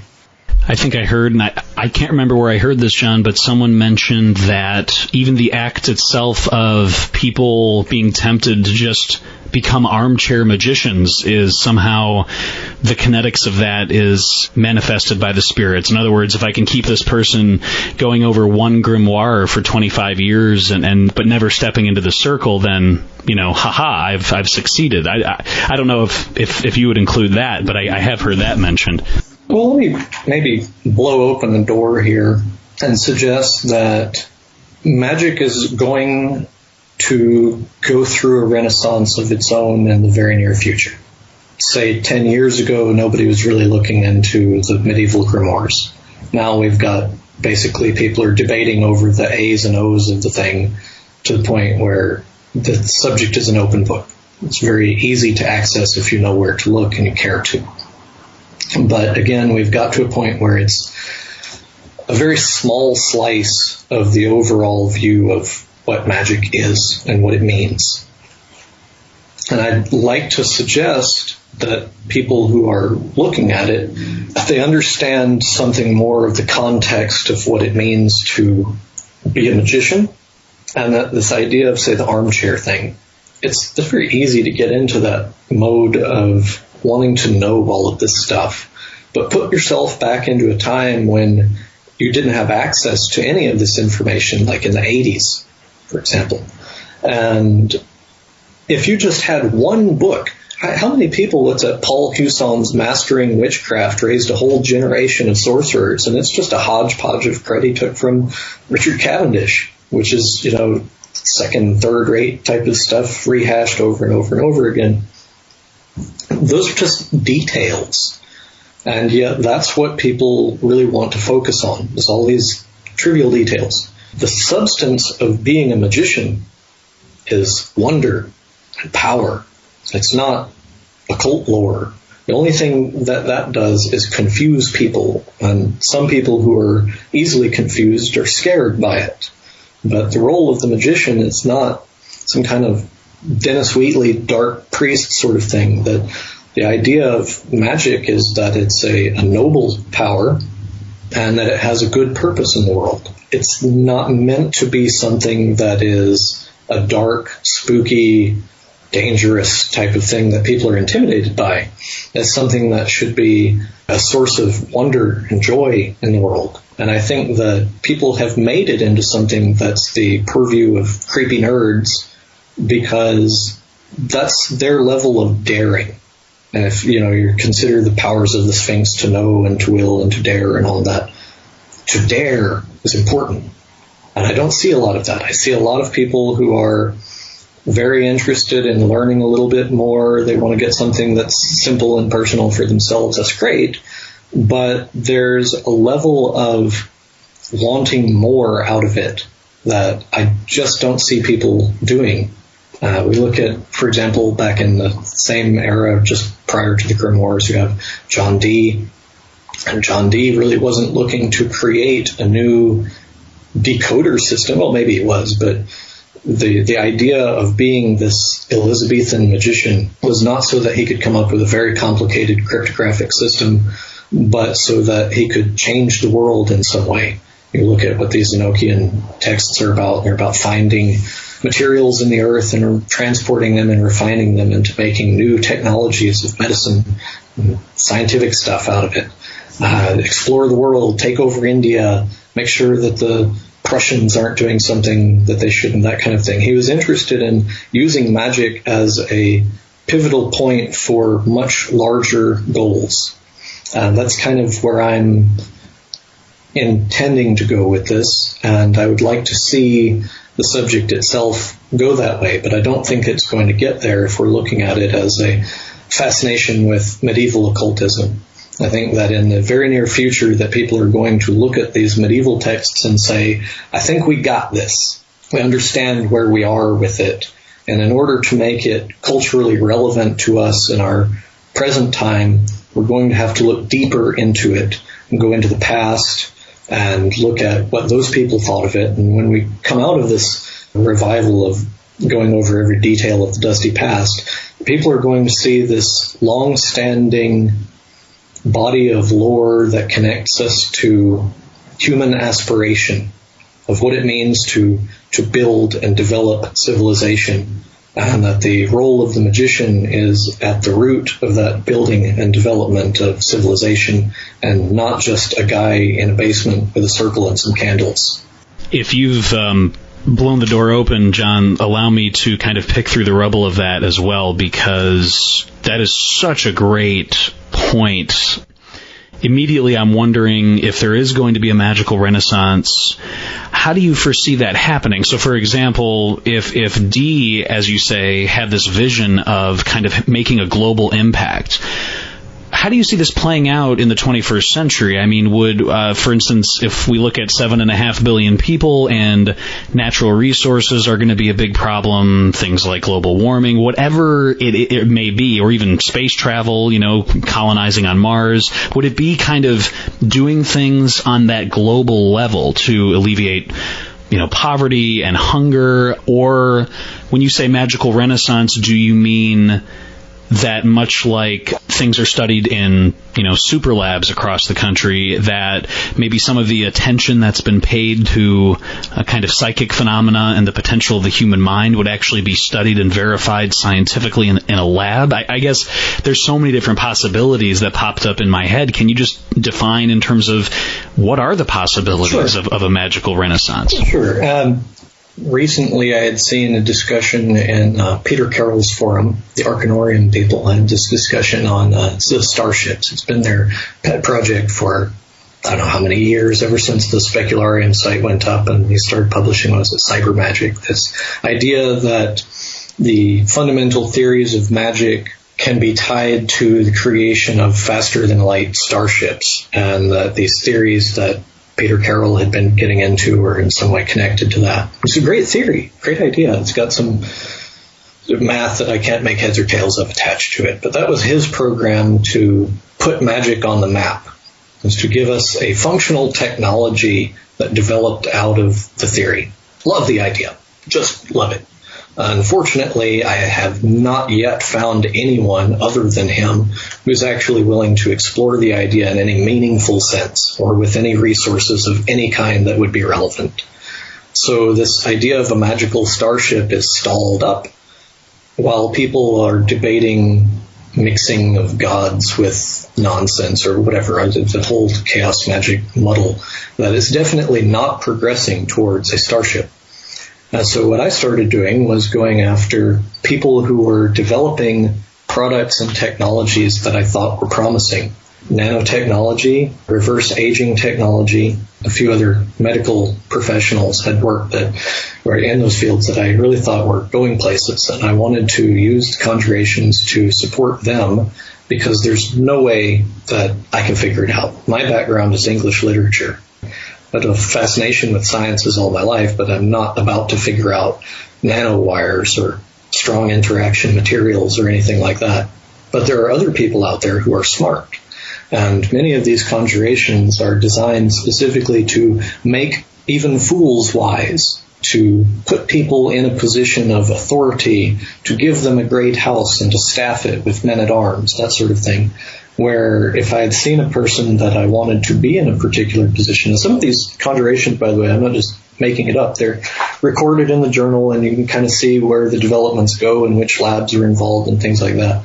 The idea that I would be conjuring on behalf of these people to have the industrial breakthroughs that they would need so that we could produce nanotechnology for faster computers or stronger than strong interaction materials, that kind of thing. Things that right now are bordering on science fiction that could be developed if they were given the right push from the right people.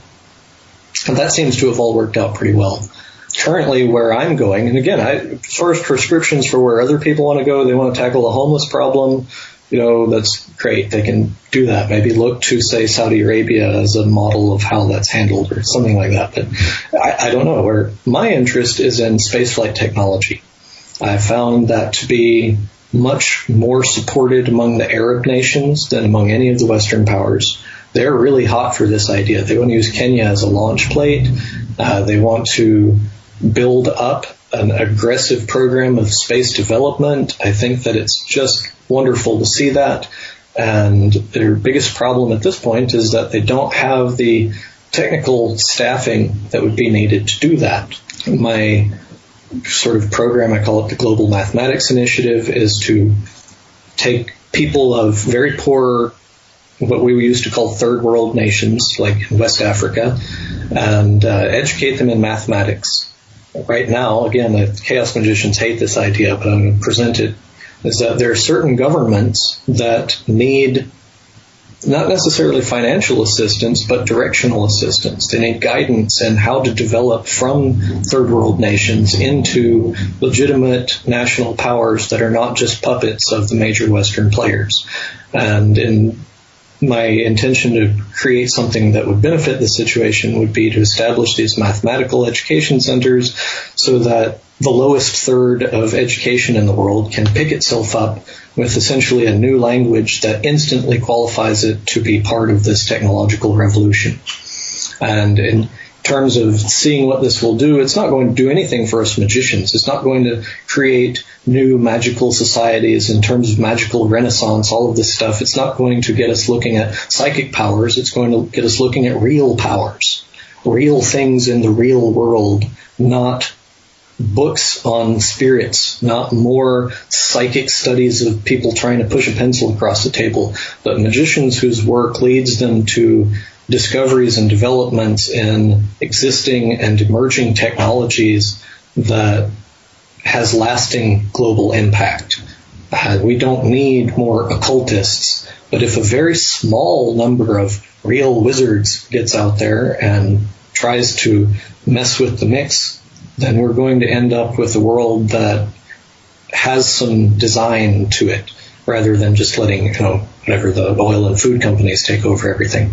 It's using that magical engagement, that ceremonial magical engagement as a technology, effectively, to therefore have an impact that would help blossom a new resurgence or a renaissance in critical areas that are vital to our survival as a species, either here or in space, effectively.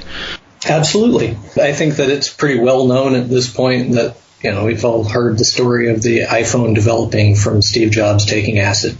Obviously, there's a lot more to it than that, but it's a pretty good example of how our culture will embrace the idea that a person can step out of the normal constraints of thinking and behaving and come back to us with something that's revolutionary.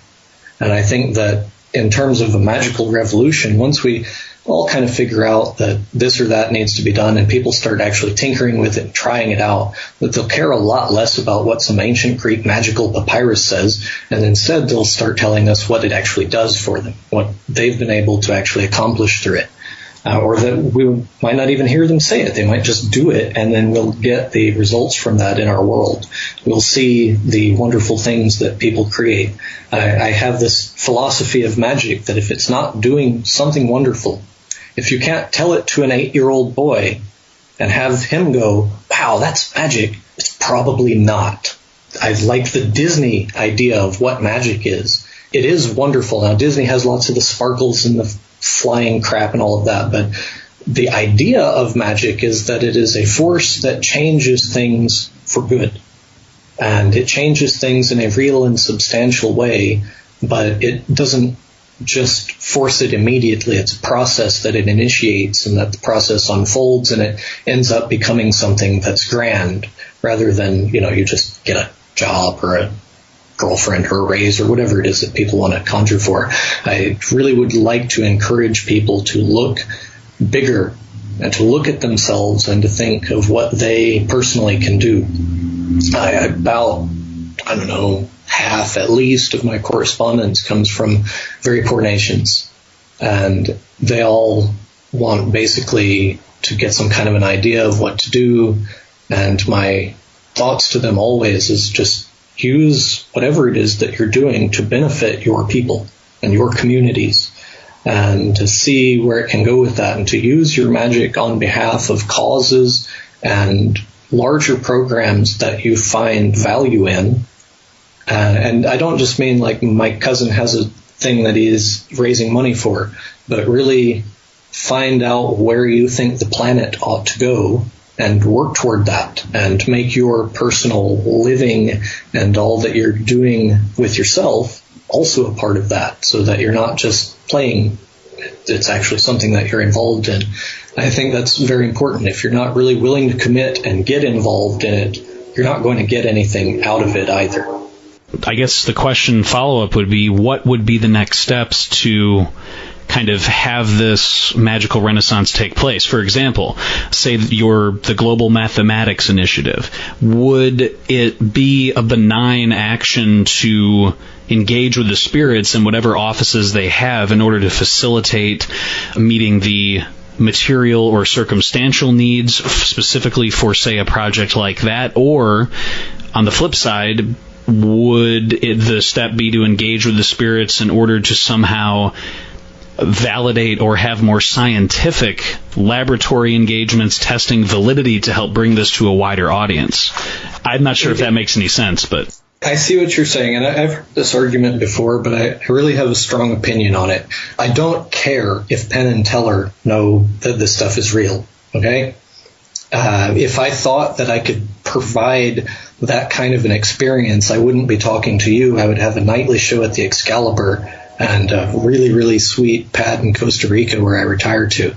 But I don't really think that that's on the table for anybody. Not now, not soon. What I do think is that magicians of the world, on their very own, without involving each other or anything else like that, just take it on your own initiative to think that you are cool enough to pick something that you think is important and prove it by doing it. The spirits are requested specifically to manifest that which you desire. And I take it a step further. I think Anton LaVey also went in this direction. And in his philosophy, the spirits manifest as your desire. When you really have success is not being able to negotiate terms with the spirit. That's your vision of the spirit, your interaction with it. That's all a media of some kind. The communication is something that's deeper than that. So you have, for example, back in the old days, we all had a screen name. We have our typing on the screen, but the reality is that your desk is covered with Cheetos or whatever, and you just don't see that aspect in what you're typing.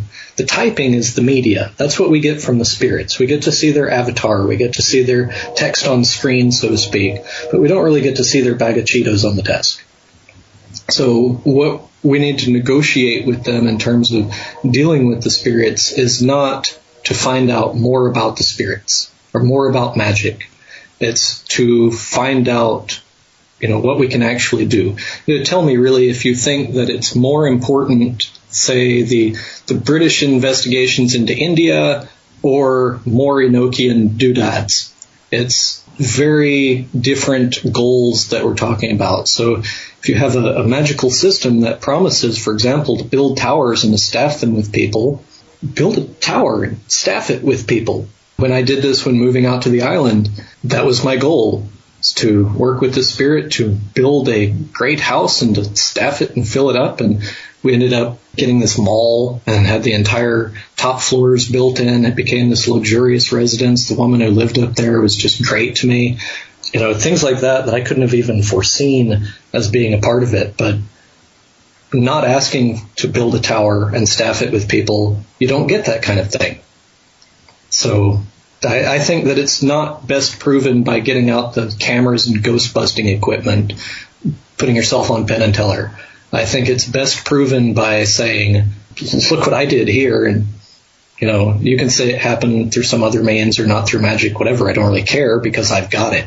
If you're a traditional magician and you have clientele, do you see that as appropriate, or do you see it as, hey, yeah, there's a place for that, but really focus on the Renaissance? Or is it just don't focus on any of that stuff and let's just get our asses in gear and just focus on the really big picture stuff? I have not once in all of the hundreds of people that I've known who profess to do magic, not once have I seen the idea of selling conjurations work out well.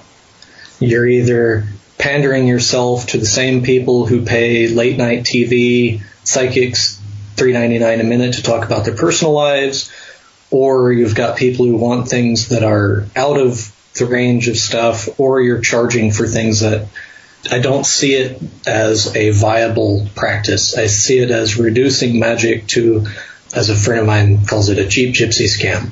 I think that a legitimate practitioner who even suspects that they have the ability to change other people's lives and futures should just do that. If you think that it's a life or a future that needs to be changed, then change it.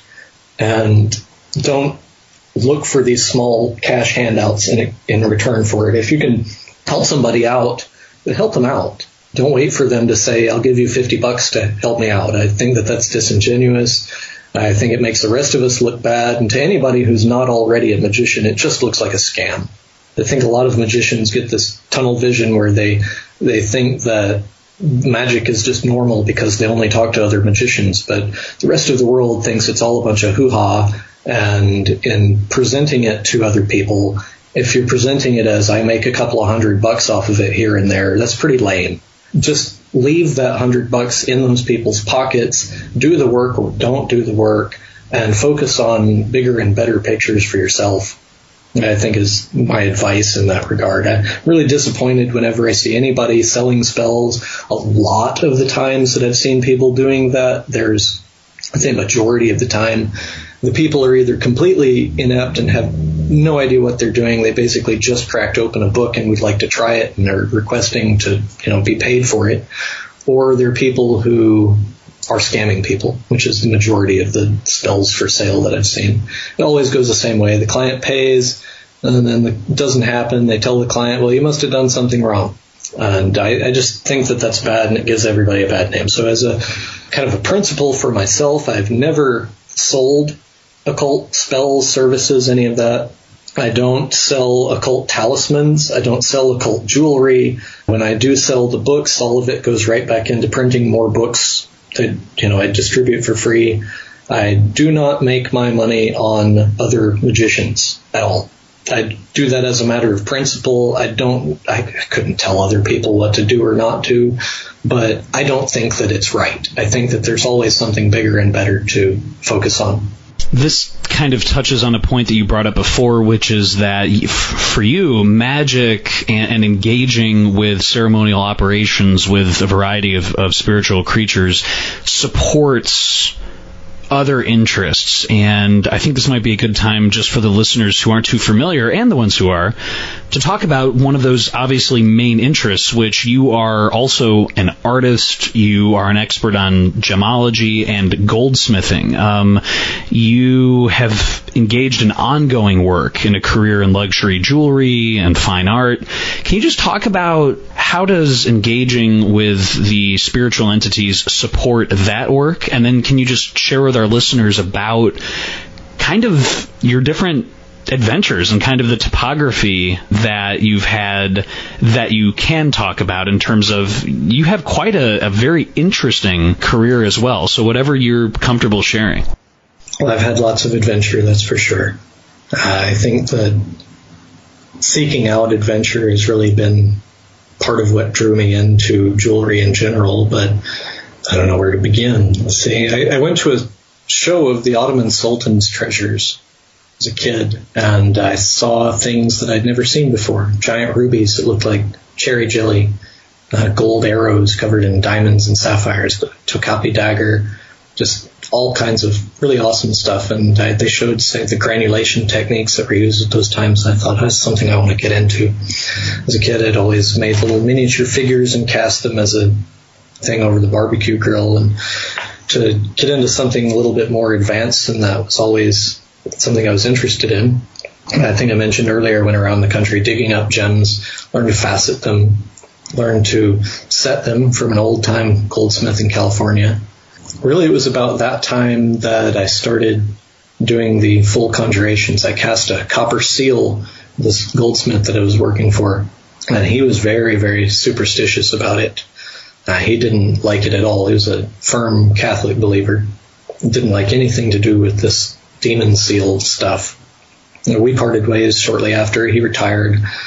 But I got picked up by a company called the Passman Gallery, who made black coral sculptures in Las Vegas. Black coral, gold, top quality diamonds, really, really nice stuff. We did several million a year just from our gallery. It was like 9 other galleries. It was a big, big thing.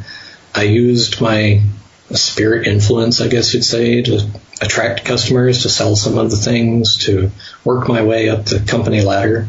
I eventually got out of that when the company folded. The president of the company ended up going to prison. There's all kinds of other things that happened. But I got into buying gold. I was Las Vegas's #1 gold buyer for 2 years in a row. I went from there into my own store to kind of develop the whole jewelry technology, and along the way worked with a number of other different outfits.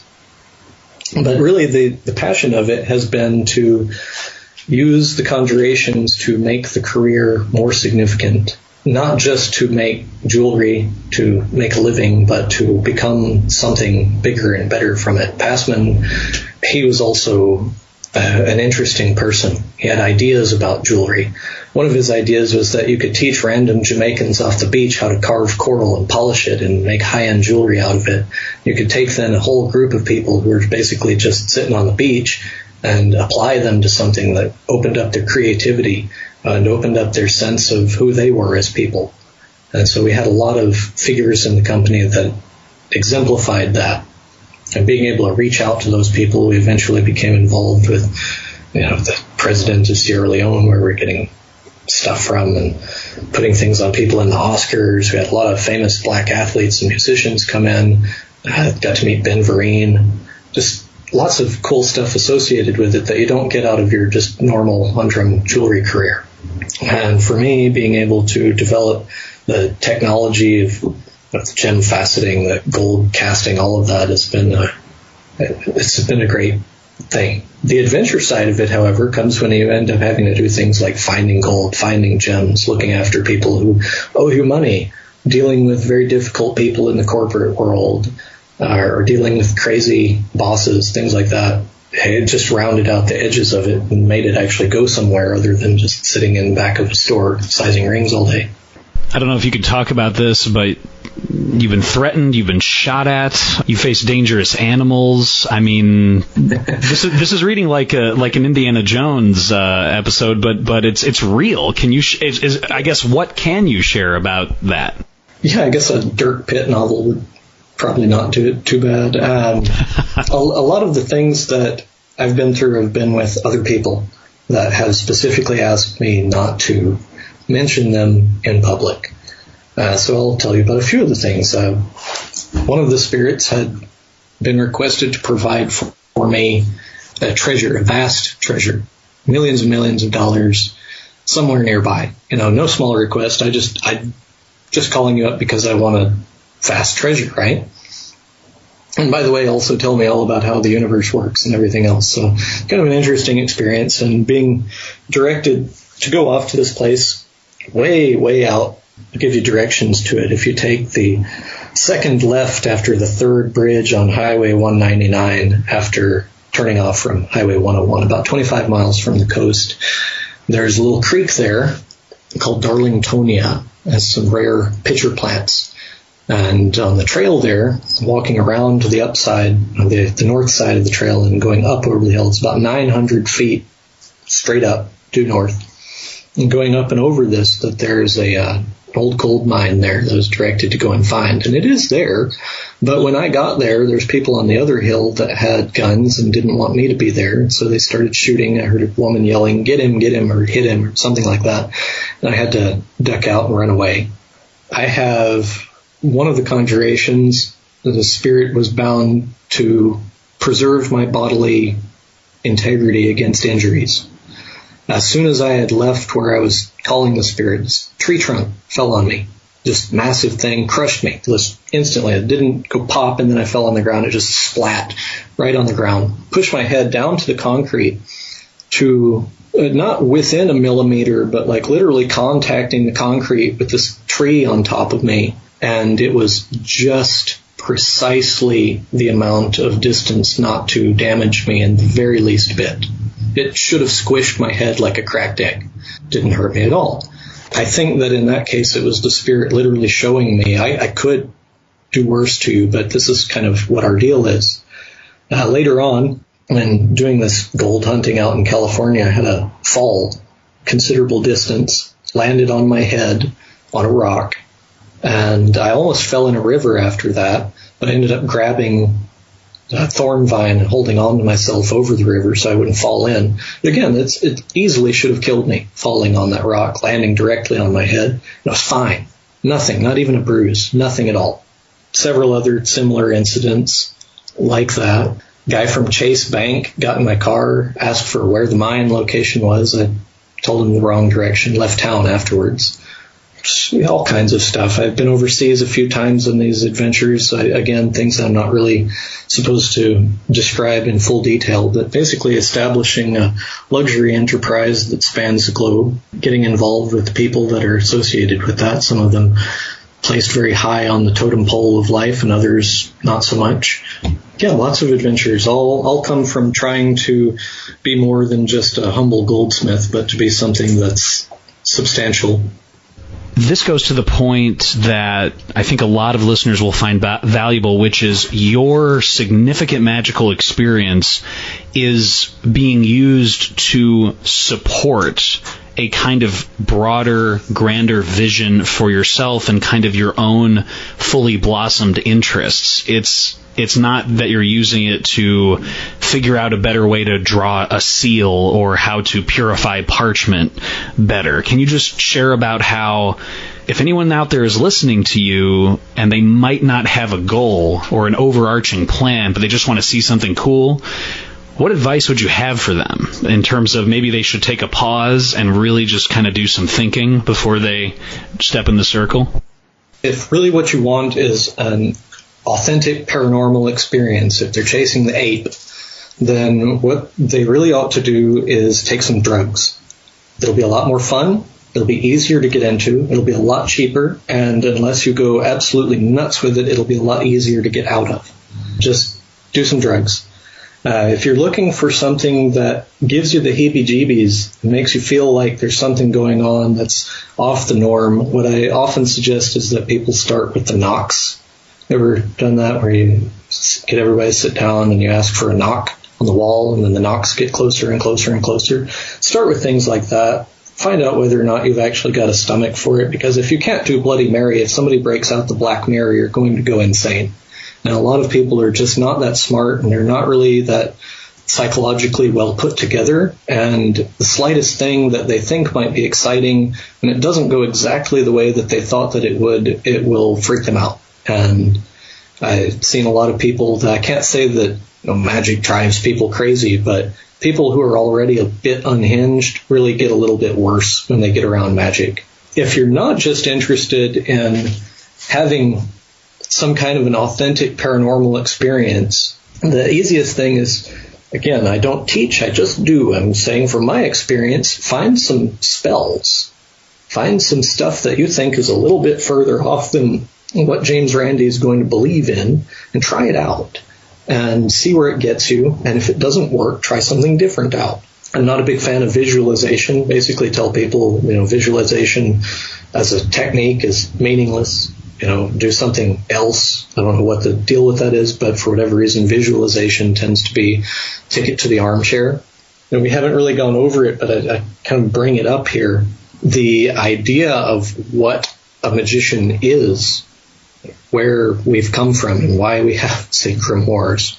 They were looking at what was going on in the world of what people believe and what they think.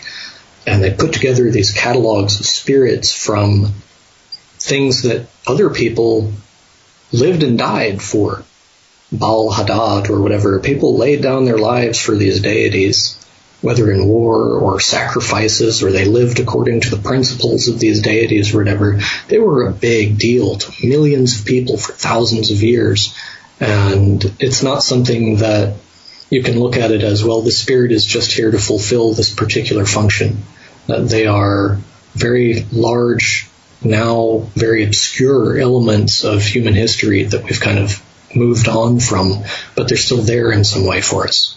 For an international mathematics institute, for example, if you are trying to secure financial resources or material support for that, and you're engaging, getting an agreement with a spirit to do that, is that agreement, by securing the resources for the mathematical institute, let's say, by doing that, is that mitigating the influences that would be, say, working against establishing a mathematical institute? I mean, can you just talk about, I'm really fascinated in terms of how you approach it when you want something to happen for a really, really good goal, but there's also this component of you need to also mitigate the influence of these spirits too. Right. So all of these spirits in one form or another, let's just take the 72 that are in the book under consideration here. These spirits are things that medieval priests, scribes, whoever it was that went over this stuff, they said, these aren't exactly angels, but we found them in our book. We found them in Homer. We found them in the Bible. We found them in some kind of a source. And they have a place but they don't necessarily serve our God the way that we'd like them to.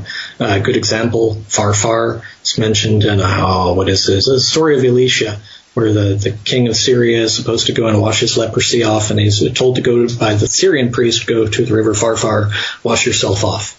Elisha says, no, you come to the river Jordan and you wash yourself off and it'll work. You go there and it's not going to work. So in the grimoire, it's written down that there's this spirit, Farfar, and they didn't really know the idea of what was behind this spirit or this power, but there's a very obscure reference in the Bible to, well, here's this river and it has a magic power. Why don't we get to hear any more about it? And so it goes jotted down into the lore of demonology, and it's now a demon. But it doesn't give us any indication of why that Syrian priest might have wanted somebody to wash in that river or what significance that it might have.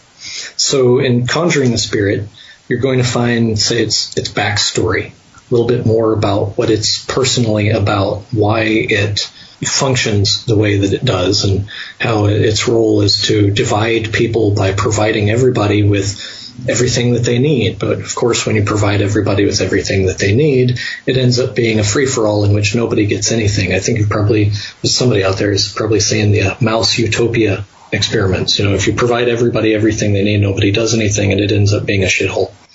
So what the spirit would like to do is to provide everyone involved with everything they need, and you as the magician have to kind of say, no, so-and-so gets this, and so-and-so gets that, and that's how we're going to divide this up so that everybody will cooperate. It might seem like it's a noble spirit doing a good thing, but it doesn't necessarily work out as a good thing in every situation. You've got other spirits, like talking mathematics, for example, some of those spirits, their purpose is confusion.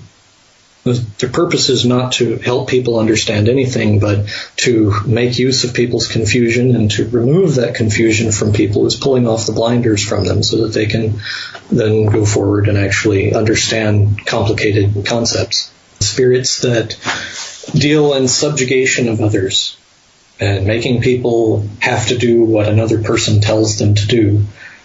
They're spirits that are bound to then subjugate other people, or to relieve yourself from them so that you can relieve yourself of, say, indigence or oppression or something of that nature. So oftentimes these positive effects of what you get out of conjuring the spirit are not necessarily what that spirit does on its own time. They're the effect of having called the spirit and negotiating a peace with it. In at least the modern occult world, there are people who might hear this and say, Farfar, for example, John's approaching this from a very monotheistic, kind of overladen Christian service to God kind of perspective. And what about the Taoist magicians in China who have generations who are existing in 2018 and they've gone back generations? What about the kind of nonlinear time reincarnation-based area? I mean, can you, again, it's a total devil's advocate question, but can you just kind of it's a good question. Speak to that? It's a valid question, of course. It's, again, why I recommend that people actually look at what's in the magic circle. That's your invocation, is these names and concepts that are roughly identified as Kabbalistic stuff. For example, you start out, the very first name on the list of any kind is existence. Really, the existence of existence is your first name invoked. That what we're dealing with is reality. It's not a vision of Enoch on his throne handing out laws to Hebrews in maybe the 2nd century BC or whenever that stuff was written down, but that it was an idea of a greater existence, a greater concept of existence than what we'd normally suppose. The idea of God as a father, the idea of God as truth. Now, those are ideas that are all over the magic circle, but they're not necessarily in Sunday church. It's the same God, it's the same Bible, but in terms of looking at magic, you're looking at a much broader definition of any of these concepts. And I think, we hadn't really gone into this, but I think that magic in general specializes in working between people's cultures when they don't normally get along. In our current state of things, magic is the go-between from the modern or materialist culture and the broader spiritual culture. In terms of medieval Europe, magic was the bridge, if you will, between the Near Eastern and Oriental mysticism and, say, Greco-Roman traditions, and then whatever it was that the church was teaching at the time. If you go back further and further and further, consider that humans have been on the earth, the same brains and the same hands, basically all the same features that we have now physically. So I think male mitochondrial DNA taps out at about 105,000, 95,000 years, maybe roughly 100,000 years. And that female DNA goes back to, say, 200,000 years, maybe 400,000 years. And yet, look at the oldest monuments that you can find. People like to pretend the Sumerians are ancient history. The Sumerians, if you're drawing a line of the last 200,000 years, the Sumerians are at the tail end of it. This tiny little gap that civilization exists within. Tiny. And the gap going backwards is punctuated by asteroids, volcanoes, glaciation, all these terrible things that have happened. Whoever we used to be as people has been wiped out. It's not there anymore. And just tiny little shadows of it have persisted through time. And that's what we have now. I think that to a large extent, the legacy of magic and magicians is knowing that there used to be, at one time, a bigger, broader perspective, a truth that was known maybe only to a few that affected the way that the rest of the world operated. And that in the last few thousand years, that it's really just been completely forgotten. That's where we're even coming from. So a lot of these ideas of spirits and gods and where they've come from, we want to identify them as, say, from the British Isles or from the Near East or even from India or wherever. It's in the last few thousand years. And magic and spirits and the traditions and totems of all of these things have gone back, I would assert, way, way back to the beginning. I think our oldest actual religious shrines in the world are like 70,000 years in Africa, the snake forms. Maybe older than that in some of the Australian places, but really we've got signs of a human culture that goes back before us. There's buildings that were built by non-human hominids before us. Fire was developed before us. Jewelry was developed before us. Many things that we consider to be of human origin come from creatures very similar to us that don't exist anymore. We have forgotten as much about what it means to be human as we currently know, but we've probably forgotten more. I guarantee you people weren't just throwing sticks at mammoths that whole time. They're doing something. We've gone from pyramids to microchips in a couple of thousand years. We're talking 200,000 years of time there. So this lore of spirits that we have that we like to think represents some kind of an ancient legacy is really, if we were to make a clock out of human existence, this is the 6 minutes before midnight that we're seeing. And we've become disconnected to all that's before that. So this idea of what we're doing as magicians is tapping into things that are not necessarily just biblical or Homeric or something of a fairly recent culture, but things that have been with us for ages upon ages and ages. In terms of magical renaissance, I really think that's where people will go next, to start to realize that there's a primitive form of magic that's not nearly so primitive as we might think, and to develop from that something which is a pure magical system rather than a medieval or a Buddhist or a Muslim or something type of magical system. We'll have an understanding of it as an art on its own. But at that same time, I end up asking people, well, what is pure jazz? If you have jazz music, is there any pure jazz, or do you have jazz that's got influences? It's all got to have an influence somewhere, right? So where is the music that has no previous influence? So it's got to be dressed up in something. The magic that we're going to get will still have a cultural dimension to it, but we've got to take the blinders off and look at the larger picture of what magic is, what magicians are, and where we've come from as a legacy of magicians. And I see the legacy of magicians as people who are significant to the greater global culture, who when they're doing their thing correctly, it leads people to learning and to advance in their skills and abilities. And where it's poor or where it's badly done, it's where people are inhibited or they suffer as a result of it. Do you think that the fingerprints or the shadows, as you say, of the last 10, 20, 30, 40, 50, 100,000 years, does it survive in some way in something that I know Aaron Leach and others have written about in terms of the shamanic role, and something that's global, I think, in all these cultures, about the shaman or the shaman-magician who is there as a kind of an intermediary between the greater concerns of the village and intermediating with the spirits.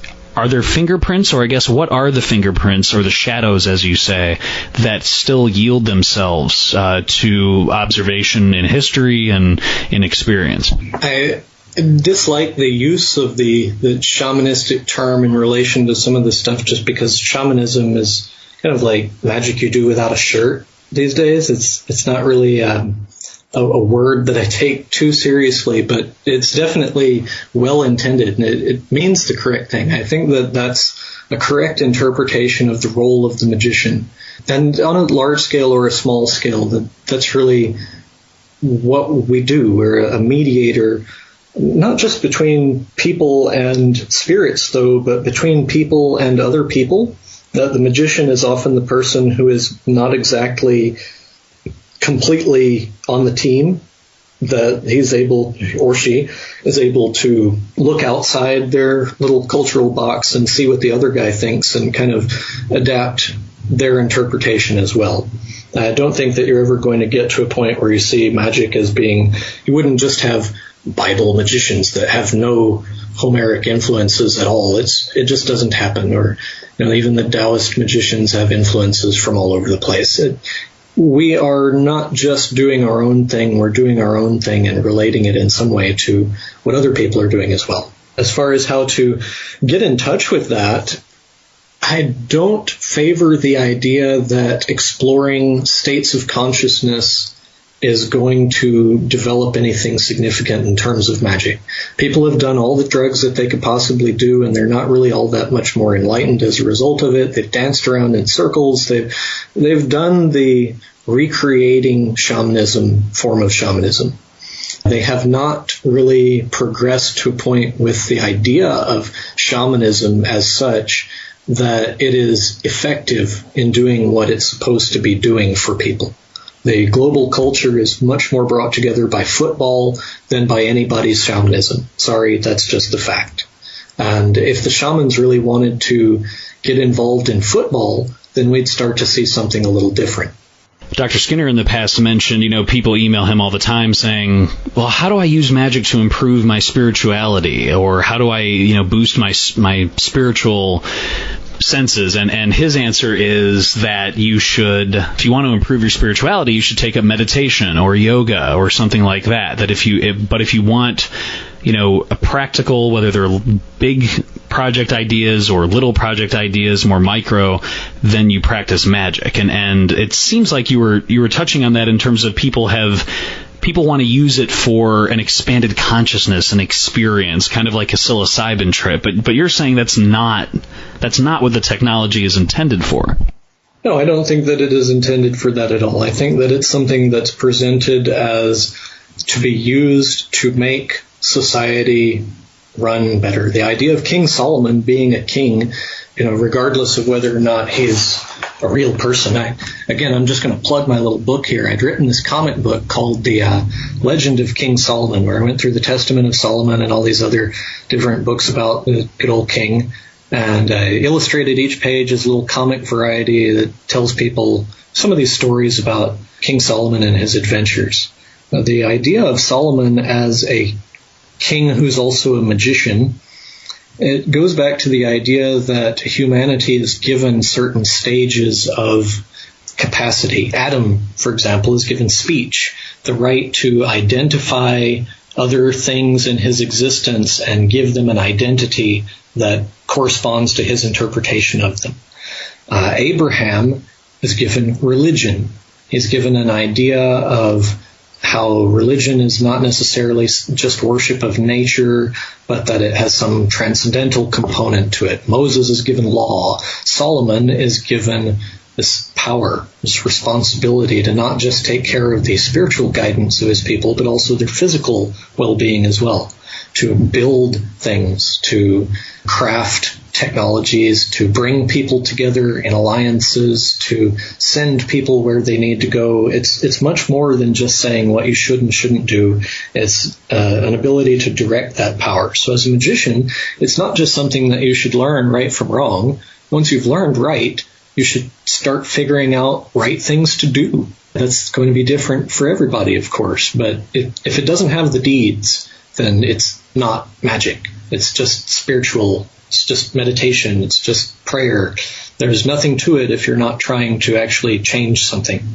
John, to that point, we do have some listener questions, and I have a few questions here from Frater Ashen Chasan, who I know you are very familiar with. And Frater Chasan has a few questions. The first question he's asking is, can you ask John if he has any movement or updates for his magical fraternity and working with others in the Solomonic systems? Okay. I've dealt with a lot of magicians in the last, 20, almost 30 years now. And I'd say that the majority of the people who are involved, I'm sorry guys, I know that you're listening to this, but come on, pick yourselves up. So the idea of getting a group of magicians together for anything, you have to deal with the fact that the people aren't really set up for that personally. If I were to organize Dungeons and Dragons night or quilting or anything, it would be so easy to get people involved and get them on the plan. But when it comes to people involved with magic, it's very difficult to coordinate everybody who wants to do their own thing.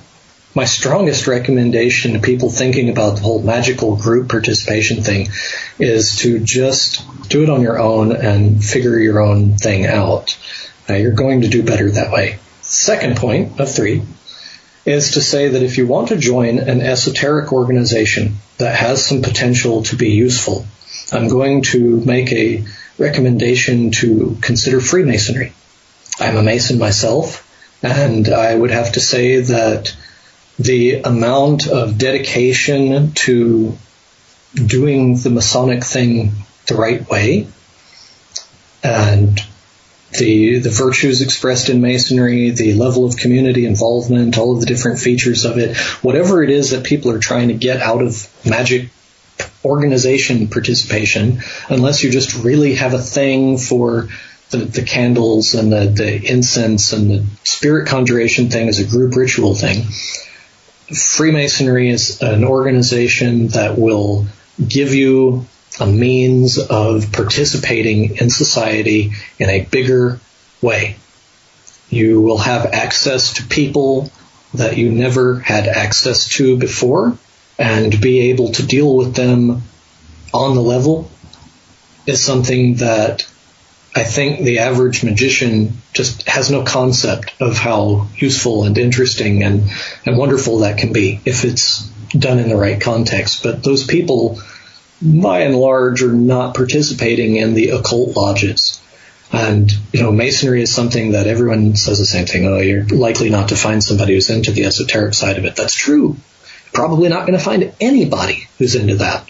But getting involved in a real organization with long-standing reputation, it's not going to fall apart after 3 weeks and people have infighting and drama on their Facebook group or whatever. Freemasonry is something that's worldwide, and just so many advantages to it that, look into it. If you're seriously looking at a magical group, I've seen more cool stuff in Freemasonry than in any other occult group I've ever looked into. As far as my own thing, this Brotherhood of the Lion of God, I don't teach anybody, and I don't have what I'd call a program of instruction or anything like that. When I find people who I think have potential to exceed myself, people who I think in some way or another are better than me at something significant. And they come to me and they say, can you help me? And I think, this person wants my help? Those are the kind of candidates who I think are good for that kind of position. So far, been just a very few people. I am absolutely committed. I think that the way that a magician ought to train other magicians is that they either live with you for a while or have relatively constant contact for a good long while, that you have a normal working relationship with the person, and that anything in relation to their ritual or magical needs should be entirely provided for by the person who is professing to sponsor, tutor, mentor, or whatever them. So give them a place to stay. If they need items in gold or silver, if they need a robe, if they need tools, you either give it to them or you make it for them. And if they're not worth that investment, then it's not worth your time as a teacher to deal with them. It's just my personal philosophy on it. I don't like the idea of open orders. You sign up, you pay your dues. Like I said, if you're going to get into that, just become a Freemason or join a church or something like that. But if you're going to be involved as a magician, you need to find an actual person who can be your personal tutor, teacher, mentor, friend, and follow out whatever it is that they're telling you. And if they've chosen you well, then you will immediately figure out where this person has serious problems. Like I said, I don't pick a student if I can't find some way in which they're better than me at some very significant thing. They're going to eventually look at you as, oh, that quaint guy that I figured out this or that from, and then move on in their own way. That's the best way to progress as a magician, not to become somebody's stooge or toady, or to suck up to somebody to have a higher degree. I don't like the idea of degree-based anything. If you have worth as a magician, I shouldn't need to know your degree in order to see that you have worth in what you're doing. I should be able to look at your life, your circumstances, your level of personal happiness, whatever, be able to say, that guy's got something going on, as opposed to having to be told that you're a grand poobah of whatever degree, and here you are in the basement watching TV and eating Cheetos. I think that as a magical order, the purpose of the magical order is to assist people in becoming greater than what they are currently. And I think that the people who are sponsoring these groups, students, whatever, if you think that you're qualified to be a tutor, a teacher, a mentor, it's on you to provide for the students and not to, I remember what was his name, that Liz Yuski fellow was charging what worked out to about $600 a month if a person wanted a full-time instruction. It's why? Aleister Crowley at some point had even told people, if you exchange money for magical tutelage, then you're out. Now, of course, he did that in his own time, that he would offer that. I don't know if anyone actually took him up on it. But the idea that this stuff could be sold, to me, it seems like it cheapens it. Anybody whose order is just a pyramid scheme, I think that they should just be forgotten about completely. If you go to Asia, for example, some of the Taoist magicians, it is a master-apprentice system, whereas in the West, Christianity effectively has set back magical research by effectively, uprooting or destroying the master-apprentice system, and it's only now that we're beginning to recover some of that. I can hear kind of fingerprints of that point in what you were sharing. Would that be somewhat fair? Right. It's more common in trades. Like my goldsmith master, he was a master goldsmith, and he had me do a lot of stuff that I was annoyed with in terms of learning my trade, but it worked out well. I had to put up with him more than learn from him. Harlan, the Native American guy, the same kind of thing. He was crazy in a lot of ways, but in other ways he was quite powerful and really interesting to be around. I think the idea of this whole master thing, unless you're going to zap me with a lightning bolt or something, you're not a master of anything. I'm not a master of this. I think that that's kind of a pretentious thing. I do my thing. Somebody's interested or impressed with that, that's great, but ultimately I'm only able to provide so much to a person, and they've got to have their own kind of take on it. I would say that all of the people that I've kind of brought through this have impressed me most of them have done something significant in their own right, whether professionally or something that they've accomplished that's been very impressive to me as a result of their dedication to the art.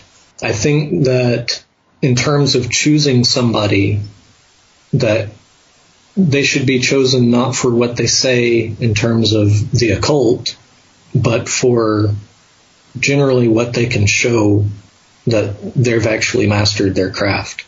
If somebody seems to be competent for the talk they talk, make sure they walk the walk before you decide to submit to them and be their student.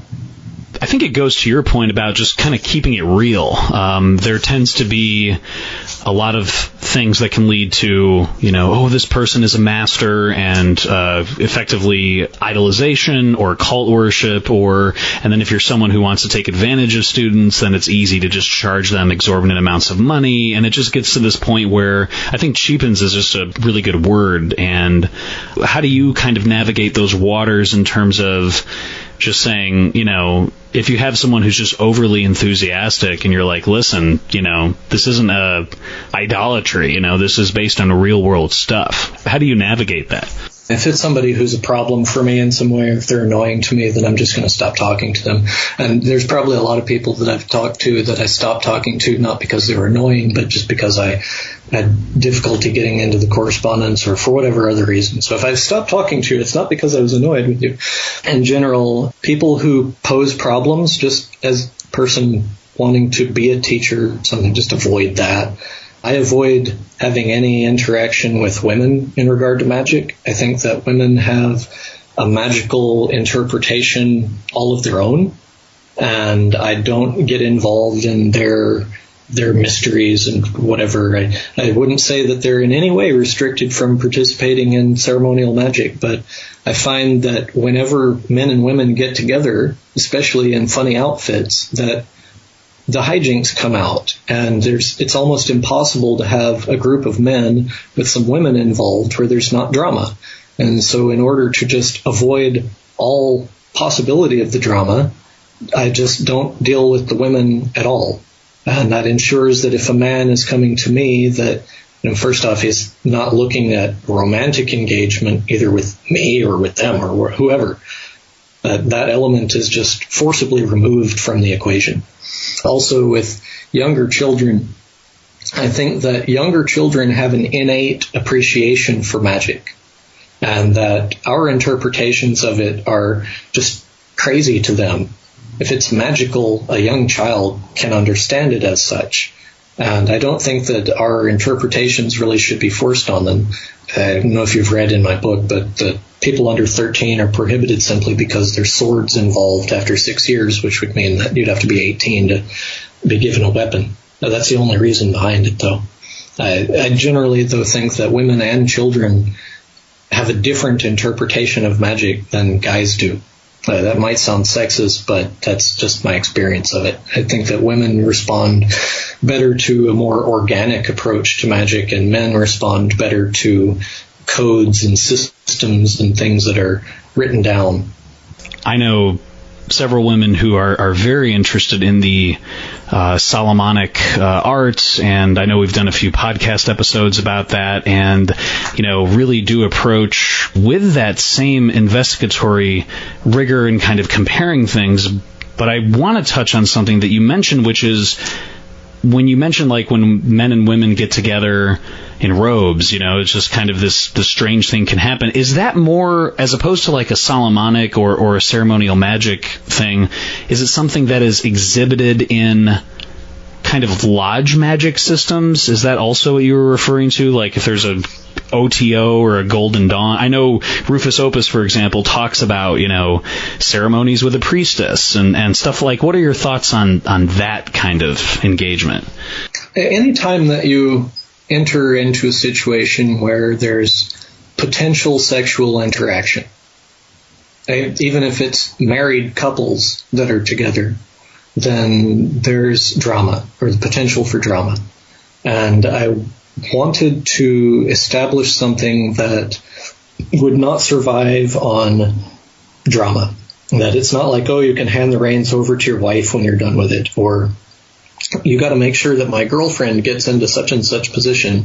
And dealing with people one-on-one eliminates most of that altogether. But just on the off chance of keeping it out of there, I think that it's, at least for my own purposes, better just to avoid having the women involved. And again, I don't mean to say that there's anything wrong with women involved in Solomonic magic. I just don't really feel like dealing with what comes up when you get men and women together. It's not any particular group that I want to make as a, I don't want to point fingers at them, but I just think that when people get that element of tantalization involved, that starts to be the thing that they look for. They start to look for the symbol of power rather than the power itself. They end up saying, well, so I can't be a real wizard, but man, these guys got some good-looking women, and let's go and involve ourselves with them. And if people make justifications like this for joining different occult orders, then I think it's just insane. You start out wanting to be Gandalf, and you end up wanting to be Casanova or something. Yeah, or Hugh Hefner or something like that. Right.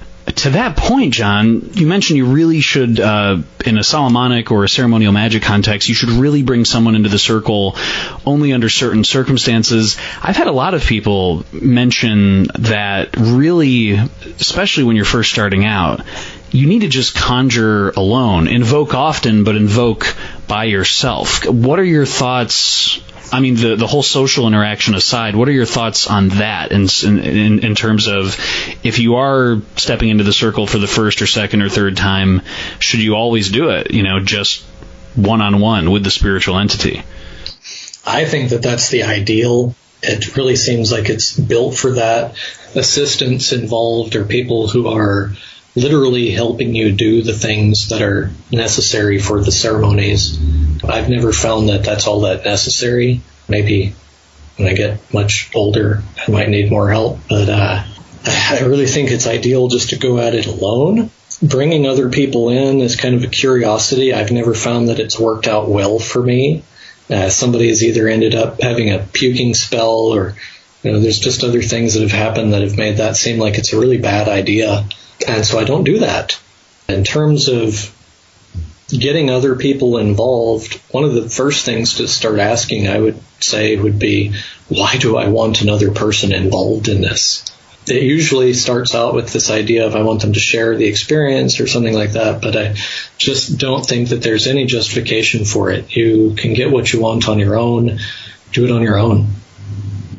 John, there's another question from Frater Ashton Chassan. He's asking, do you have any plans to republish Imperial Arts once you have evoked all 72 spirits, perhaps including your finer illustrations for each of them, along with what occurred during the evocations? Any plans for that, John?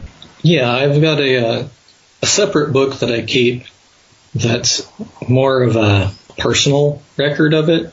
When I make the records of the evocations, it ends up looking like a pile of scratch paper. And then I take that scratch paper and I'll type it out. And then that's what goes into the journal or what goes into the published Imperial Arts. And I've got a volume 2 that's complete, ready to be looked at for typos, and could go ahead with it. I just have been lazy. I eventually might put together a volume 3. But all of it goes into a very finely worked book that has a title on it called The Fallen Angels. It's kept in a box with a biohazard sticker on it. And, so, the box has the home number of the director of the CDC if it gets opened. I think it'd be funny to see somebody break in and try to find out what's in there. But they open it up and they'd find this book. It's got my illustrations in India ink, all of the text in this beautiful scrawling purple ink with descriptions of the spirits, their seals, some of the different bindings that were placed on them by me. And like I said, the title of it is The Fallen Angels. When it's all been said and done, then I'll publish that in full color. As far as other publications that are kind of due to be out, my biggest thing that I've been working on is this illustrated version of the Book of Giants. The Book of Giants is a 2nd, 3rd century book known mostly from Persian manuscripts that describes the people from before the flood, the great flood of the Noah legend and all of that. And this is basically 3,500 verses that were dictated over several hours that were then kind of neatened up and pieced together. And so you've got pages and pages and pages of iambic pentameter verse that's all about these people from before the flood and the establishment of music and architecture and other interesting facets of human life. And that one will be fun because it's more like a comic book, and I'm enjoying putting that together. Anybody who's listening, the Legend of King Solomon has only sold one copy. Get it. It's cool. It's a fun little book. Read it to your kids. Other publications and things that I'm working on are really not related at all to the occult. Putting together a book about paleontology and its relation to mythological creatures, under the contention that things like the labors of Hercules and lots of the other characters of mythology relate to actual fossil deposits and interpretations of fossils. It's just a hobby of mine, has nothing really specifically to do with magic or the occult. I believe we've touched on this earlier in the conversation too, John, but Frater Chasan's asking, in your assessment, what variables are needed for a spirit to manifest so fully and clearly during an evocation? Do you see it as something the spirit does all on its own accord, or does it use other means, and what environmental factors have you noticed? And I think you touched on this a little bit in terms of people expect a two-way conversation, but it doesn't necessarily have to be that. Like, you just need a sign. But I guess for full evocation, for full manifestation, what are some of those variables that you can share? If I had a solid list that I could say this, and this, and you'll have it, then I would give that to you. And the fact is that I don't have that.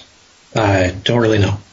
I would love to speculate that it has a lot to do with, aside from just having a private environment in which to work and a clear accounting of what you're attempting to accomplish, being honest with yourself and the kind of communication that you're giving to the spirit, taking it seriously, just all the different factors. And it comes together. I am reminded what this guy is, an opera director, Dominic Sabatino, had to say about the opera is that if you have the tempo, then it's good. If you have the tempo and the pitch, then it's great. If you have the tempo and the pitch and the direction and everything else, then it's a freaking miracle. You start out with the thing that you can do reliably. You build on that with something else that you feel like you can do reliably, and go from there and see what you get. And philosophy I live by is that if it's not redundant, it's experimental. There's not really any solid answers in any of this, and you just have to play with it and find out what you can do. To that point, John, Frater Chasan is also asking, have you ever evoked to physical appearance other spirits from other grimoires or traditions as successfully as you have with the Goetia? I have not attempted other kinds of spirits in this same context. Maybe that just makes me lazy. It seems to be one of those things that's worked pretty well, and I'm kind of left it at that. But I have attempted with the other sections of the Lesser Key, and I really think that if a person is going to start out and explore, those are better for exploration. I've mentioned the Almadel a number of times, because the level of communication that you get out of that is to be instructed in how to communicate with spirits properly, what to expect.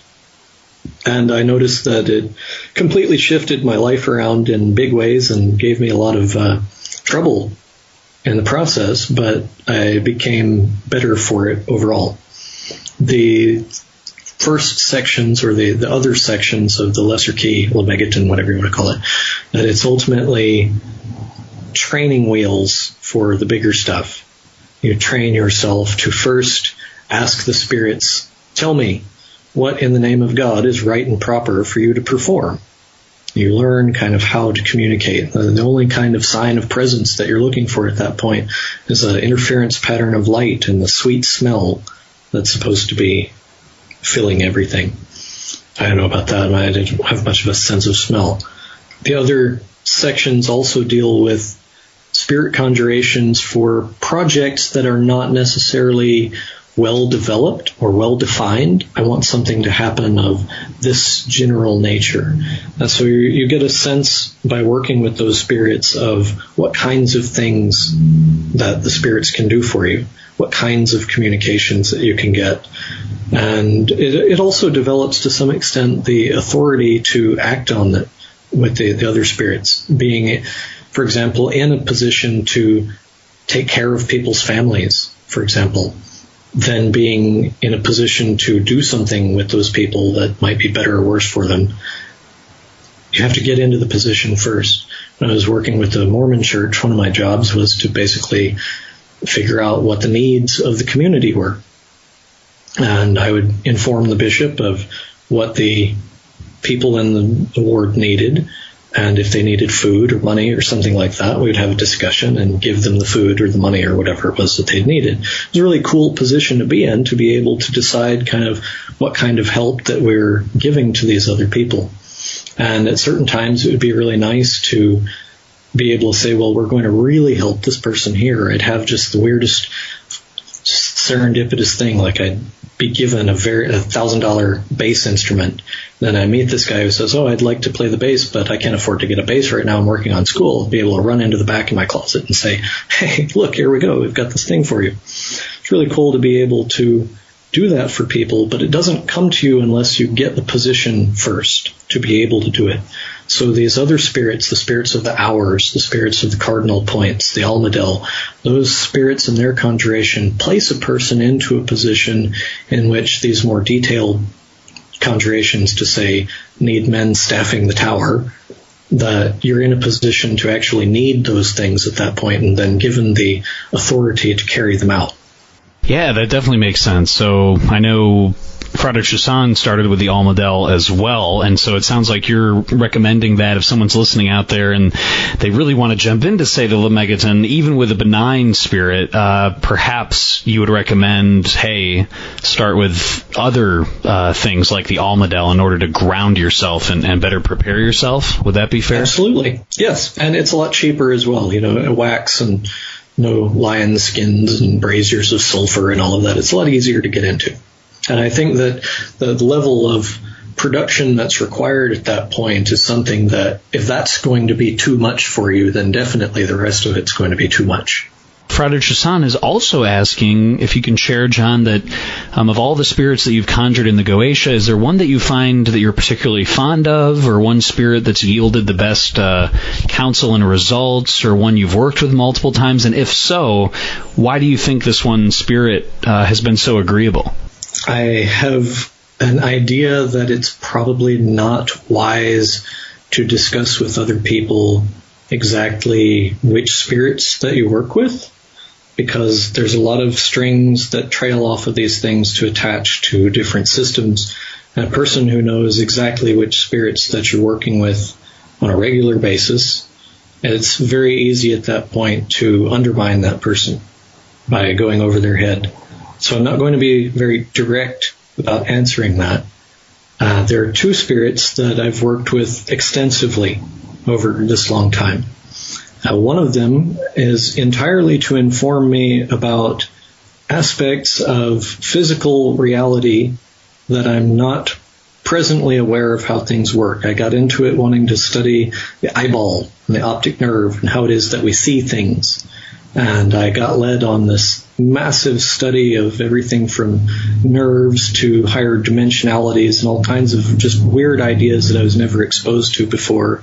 And following that rabbit hole of knowledge has been kind of an interesting thing. I refer to that spirit when I want to know about other people. If I'm going to, for example, go into business overseas, I want to know about the people who I'm going to meet, what their concerns are going to be, what kinds of things that they're going to respond well to, what their skeletons in their closet are. I've done this with dozens and dozens of people, and it seems to have worked out pretty good in terms of giving reliable or at least useful answers.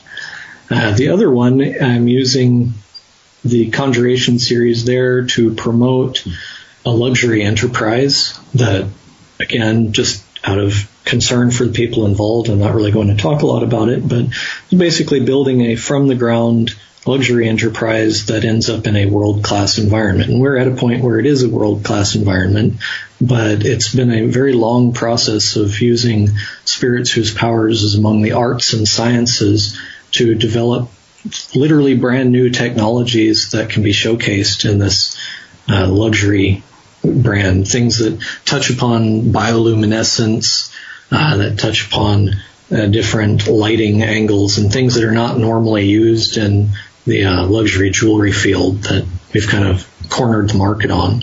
And that's all, again, through this ongoing work with one of the spirits in particular. I don't really like to advertise the names of the spirits. I don't know if that's really something that you've been able to catch on, but I try not to give these guys a lot of lip service. I really think that if a person wanted to have power over the spirits, the strongest and easiest way to do that is to first find your own connection to your own sense of spirituality. And I say that as faith in God, but I don't really mean that people should go run out and join a church or something. Faith in God for a Taoist is a very different thing than faith in God for a Christian or a Jew or a Hindu or a Buddhist or whatever. There's a sense of your personal connection to the universe and the universal powers, and all of the rest of this dealing with the spirits, it's just an outgrowth of that. And if you're finding that you're not reaching the spirits where you want your level of authority to be, if you find out that they're not listening to you as well as you want them to, it's you. It's not them. It's not your lion skin. It's that you have to reach out to your deeper, more meaningful connections and establish and strengthen those. As you mentioned, though, for people out there who might be wanting to start with something like the Almadel for that initial contact, do you, for example, still engage with the Almadel, or did you do that for a period of time before moving on, or how does that work? Like, if you're using a grounding system and then you move on to something like the Goetia, is it still needed, necessary? I mean, obviously anything is, of course, but how does that work structurally? I do not continue to use it. I think that it's good to go through a cycle with it and to see where you're at with that, and basically to figure out where it's brought you. And I might refer to it again in the future, but kind of good on that one now. It really changed my life in a substantial way and brought a lot of humility into my life. I can't say that I had a lot of it before. Basically, the Almadel is like an attempt to bring church into a less churchy environment. You do it on Sunday, first hour of the day, just like church. Instead of the altar of holocausts and the altar of incense in the old tabernacle, instead it's kind of combined into this one little altar. I could imagine that people who were Jews forced to embrace Christianity, that this is something that's kind of marketed at them as a way that they can get up on Sunday and do this religious service here with the burning of their incense and whatever, and the lighting of the candles. It's a lot of elements that are drawn out of the Old Testament in it, and it's intended as kind of like a basic attempt to appeal to spiritual powers which are set over all creation and not necessarily you in particular or any particular domain in your life, but rather the four spirits at the throne of God. The process is similar to, like I said, the altar of holocausts, in that you've got this altar with the horns, and then you lay the thing on top of it, and it's got the smoke rising over it, and it's similar to the altar of incense for obvious reasons. I heartily recommend that if you're going to do this, actually make all of the stuff, the wax tablets, the clay, all of the different elements of it, and it shouldn't be all that difficult. But it's an attempt to find a spiritual component in the work that's not really evident in much of the rest of it, but you make productive what's productive in your character, or reduce what's negative in your character, and it gets your head on straight. And some people find that it does it in a way that is unnerving. Yeah, I do recommend starting there. Really start with the circle itself, and once that's kind of figured out and got some sense of what you're doing, maybe move onward from there. Kind of curious on your thoughts about like the heptameron, for example. the words of power, the conjurations of the Goetia are directly lifted from the ecclesiastical Latin of the Heptameron. And what's interesting about that is you have these workings with angels, but there are these kings of the air that have chthonic attributes, and then at the same time there are these conjurations that are directly related to the 7 archangels of the 7 days of the week. So it seems like it has all of the conjurations of the Goetia, it has an angelic component, it has a kind of a veiled chthonic component. I don't know if you have any thoughts on that particular grimoire? It's not something that I've used. I have read it, talked to people who are involved in doing that. I think there was a magician in England who was using it a while back that I talked to for a while. As far as like that grimoire or another one past that, it's a whole body of literature that represents a time in which people didn't know the square root of diddly squat. They didn't know how to pronounce things. They didn't know the names of God. They didn't know the names of angels. They had a vague concept of the whole planetary system, the elements. They had a confused body of lore that they had inherited, some from the Greeks, some from early Latin writers, some from a few imports here and there.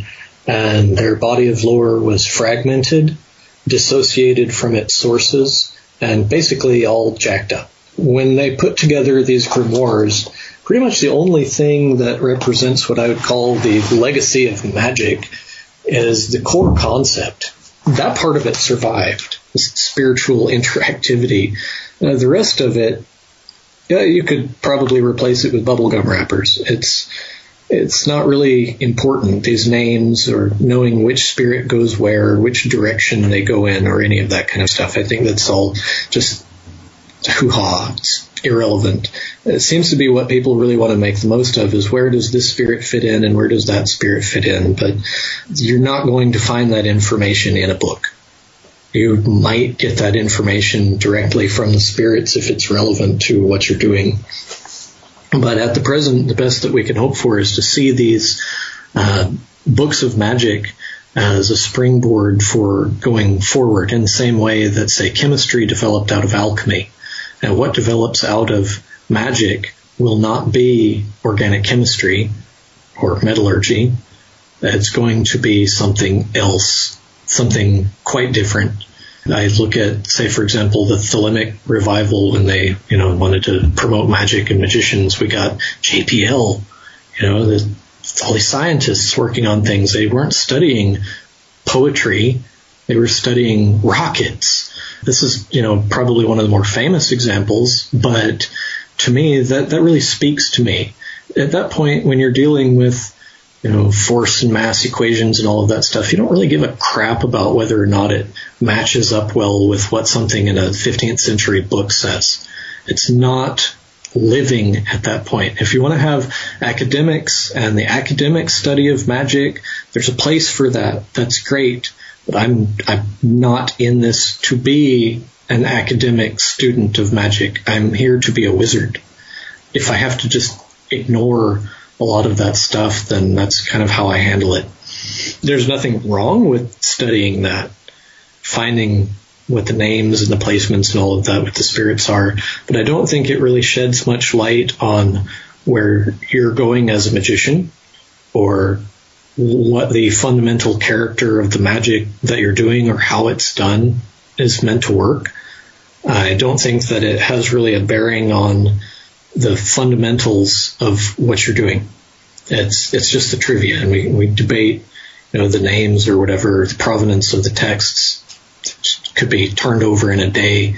Somebody turns over some new thing. I once asked one of the spirits about it, trying to find out where all of it came from, and they told me basically the work I was working from was a 500-year-old book that was based on something that was 700 years earlier than that. That would put it in the time of Charlemagne. And, in the time of Charlemagne, in Bullfinch mythology, we have Solomon was one of the kings that, according to legend, followed around King Charlemagne, one of the paladins. Is it perhaps that King Solomon to which it's attributed? I have no idea. But we're talking about something that's at that point, 1,200 years old at most. The lore and legacy of magic goes back into deep antiquity and further still way beyond that. The Bible isn't but a few thousand years old at that. I think the oldest scripts of that are the Dead Sea Scrolls, and they're in the 2nd century. So what we're working with that we can read and study and talk about is very relevant perhaps in an academic sense, but in terms of the overall view of magic, it's a very tiny fragment of it. And it really only represents what Southern and Central Europe over a period of a couple of hundred years. It's such a small component of what magic and spirits are that it's almost crazy that we're having talks about that right now. It kind of hints at what you've said about that humility and approaching it with sincerity, but also this kind of aspect of the magical renaissance and really taking what has been done, and when quill met parchment however many hundreds or thousands of years ago, and kind of moving that forward and kind of moving the needle forward in terms of personal engagements for a greater cause. It seems like that is one of the main thrusts of your message. Would that be somewhat accurate? It would. I've got to make clear, this is my interpretation, my program. I've retained my self-publication because I wanted this to be something that's my deal. I'm not trying really to promote a message or to tell people what to do or to get out some kind of word to people. When my message is out there of what I want to say, and the people who I intend to be responding to that are not necessarily people involved in magic. I would like to see waves made among people who are not magicians. We just need to get Elon Musk to read Imperial Arts, and SpaceX, who knows, that could take an interesting direction. Yeah, it's funny that you mentioned that. There's a lot of people who are involved in really big things in the world, and generally speaking, when they're shown ideas that are good ideas or interesting ideas, then they see the value of that. People like Sheikh Mohammed, they have a vision of where their society wants to go, and Sheikh Mohammed basically says that 45 years ago it was just sand over there in UAE. Now look at it. This is what happens. It's not about money. It's not about just establishment of government. It's something different. There's a vision involved for where things can go. And I think really right now the Arab world is keen on this idea of personal visions, and the rest of the world just they're stuck on things. They're not quite getting it. But there's definitely opportunities out there, people who are looking toward the future. And it's a matter of getting them hooked up with the other people who are also looking there and figuring out how to do it. And I don't see magicians really going that direction, but I see a lot of other interesting people who are doing that. Can you please share with our listeners in terms of where they can find your publications, where they can find you online, and just any kind of contact information that you want them to know about? I don't do a whole lot of self-promotion. You can get my books on Lulu if you just look up my name and either Imperial Arts or just Jon King 4, which is actually my real name. Unfortunately, I decided to use my real name so that it wouldn't look like I was trying to hide behind a false identity or something. And man, that was a bad idea, but that's just the way I've been doing it. The Lulu thing, the Imperial Arts blog usually links to it. A number of things that are on there that are not necessarily connected to Imperial Arts directly. The Book of Lies. Everybody loves Aleister Crowley's Book of Lies. It's probably his most famous and popular book. I have an illustrated edition that I made over a course of a couple of weeks during the centennial of the Book of the Law. And part of it was the comments should be written in black and red. So I thought, this would be cool to do in black and red. So there's that. It comes in paperback and hardcover in black and red ink, and it looks cool. There's all these, every page is wicked, weird illustrations of Aleister Crowley stuff. So if you're into that, that's definitely something to look for. The Legend of King Solomon is kind of a comic book. I do a lot of children's writing. Might be interested in that. And the rest of it's all on the site there. I have a website domain reserved called Goetia.online. And I haven't got any content up there yet because I've been lazy. What I'd like to put there is a board game that I've developed that actually trains people in ceremonial magic references called Cities of Brass, in which you basically draw cards representing the different spirits of the vessel and then play them off against each other. It's a fun, fast-paced game, but gotta have the time to put it online, and I'm not exactly computer savvy.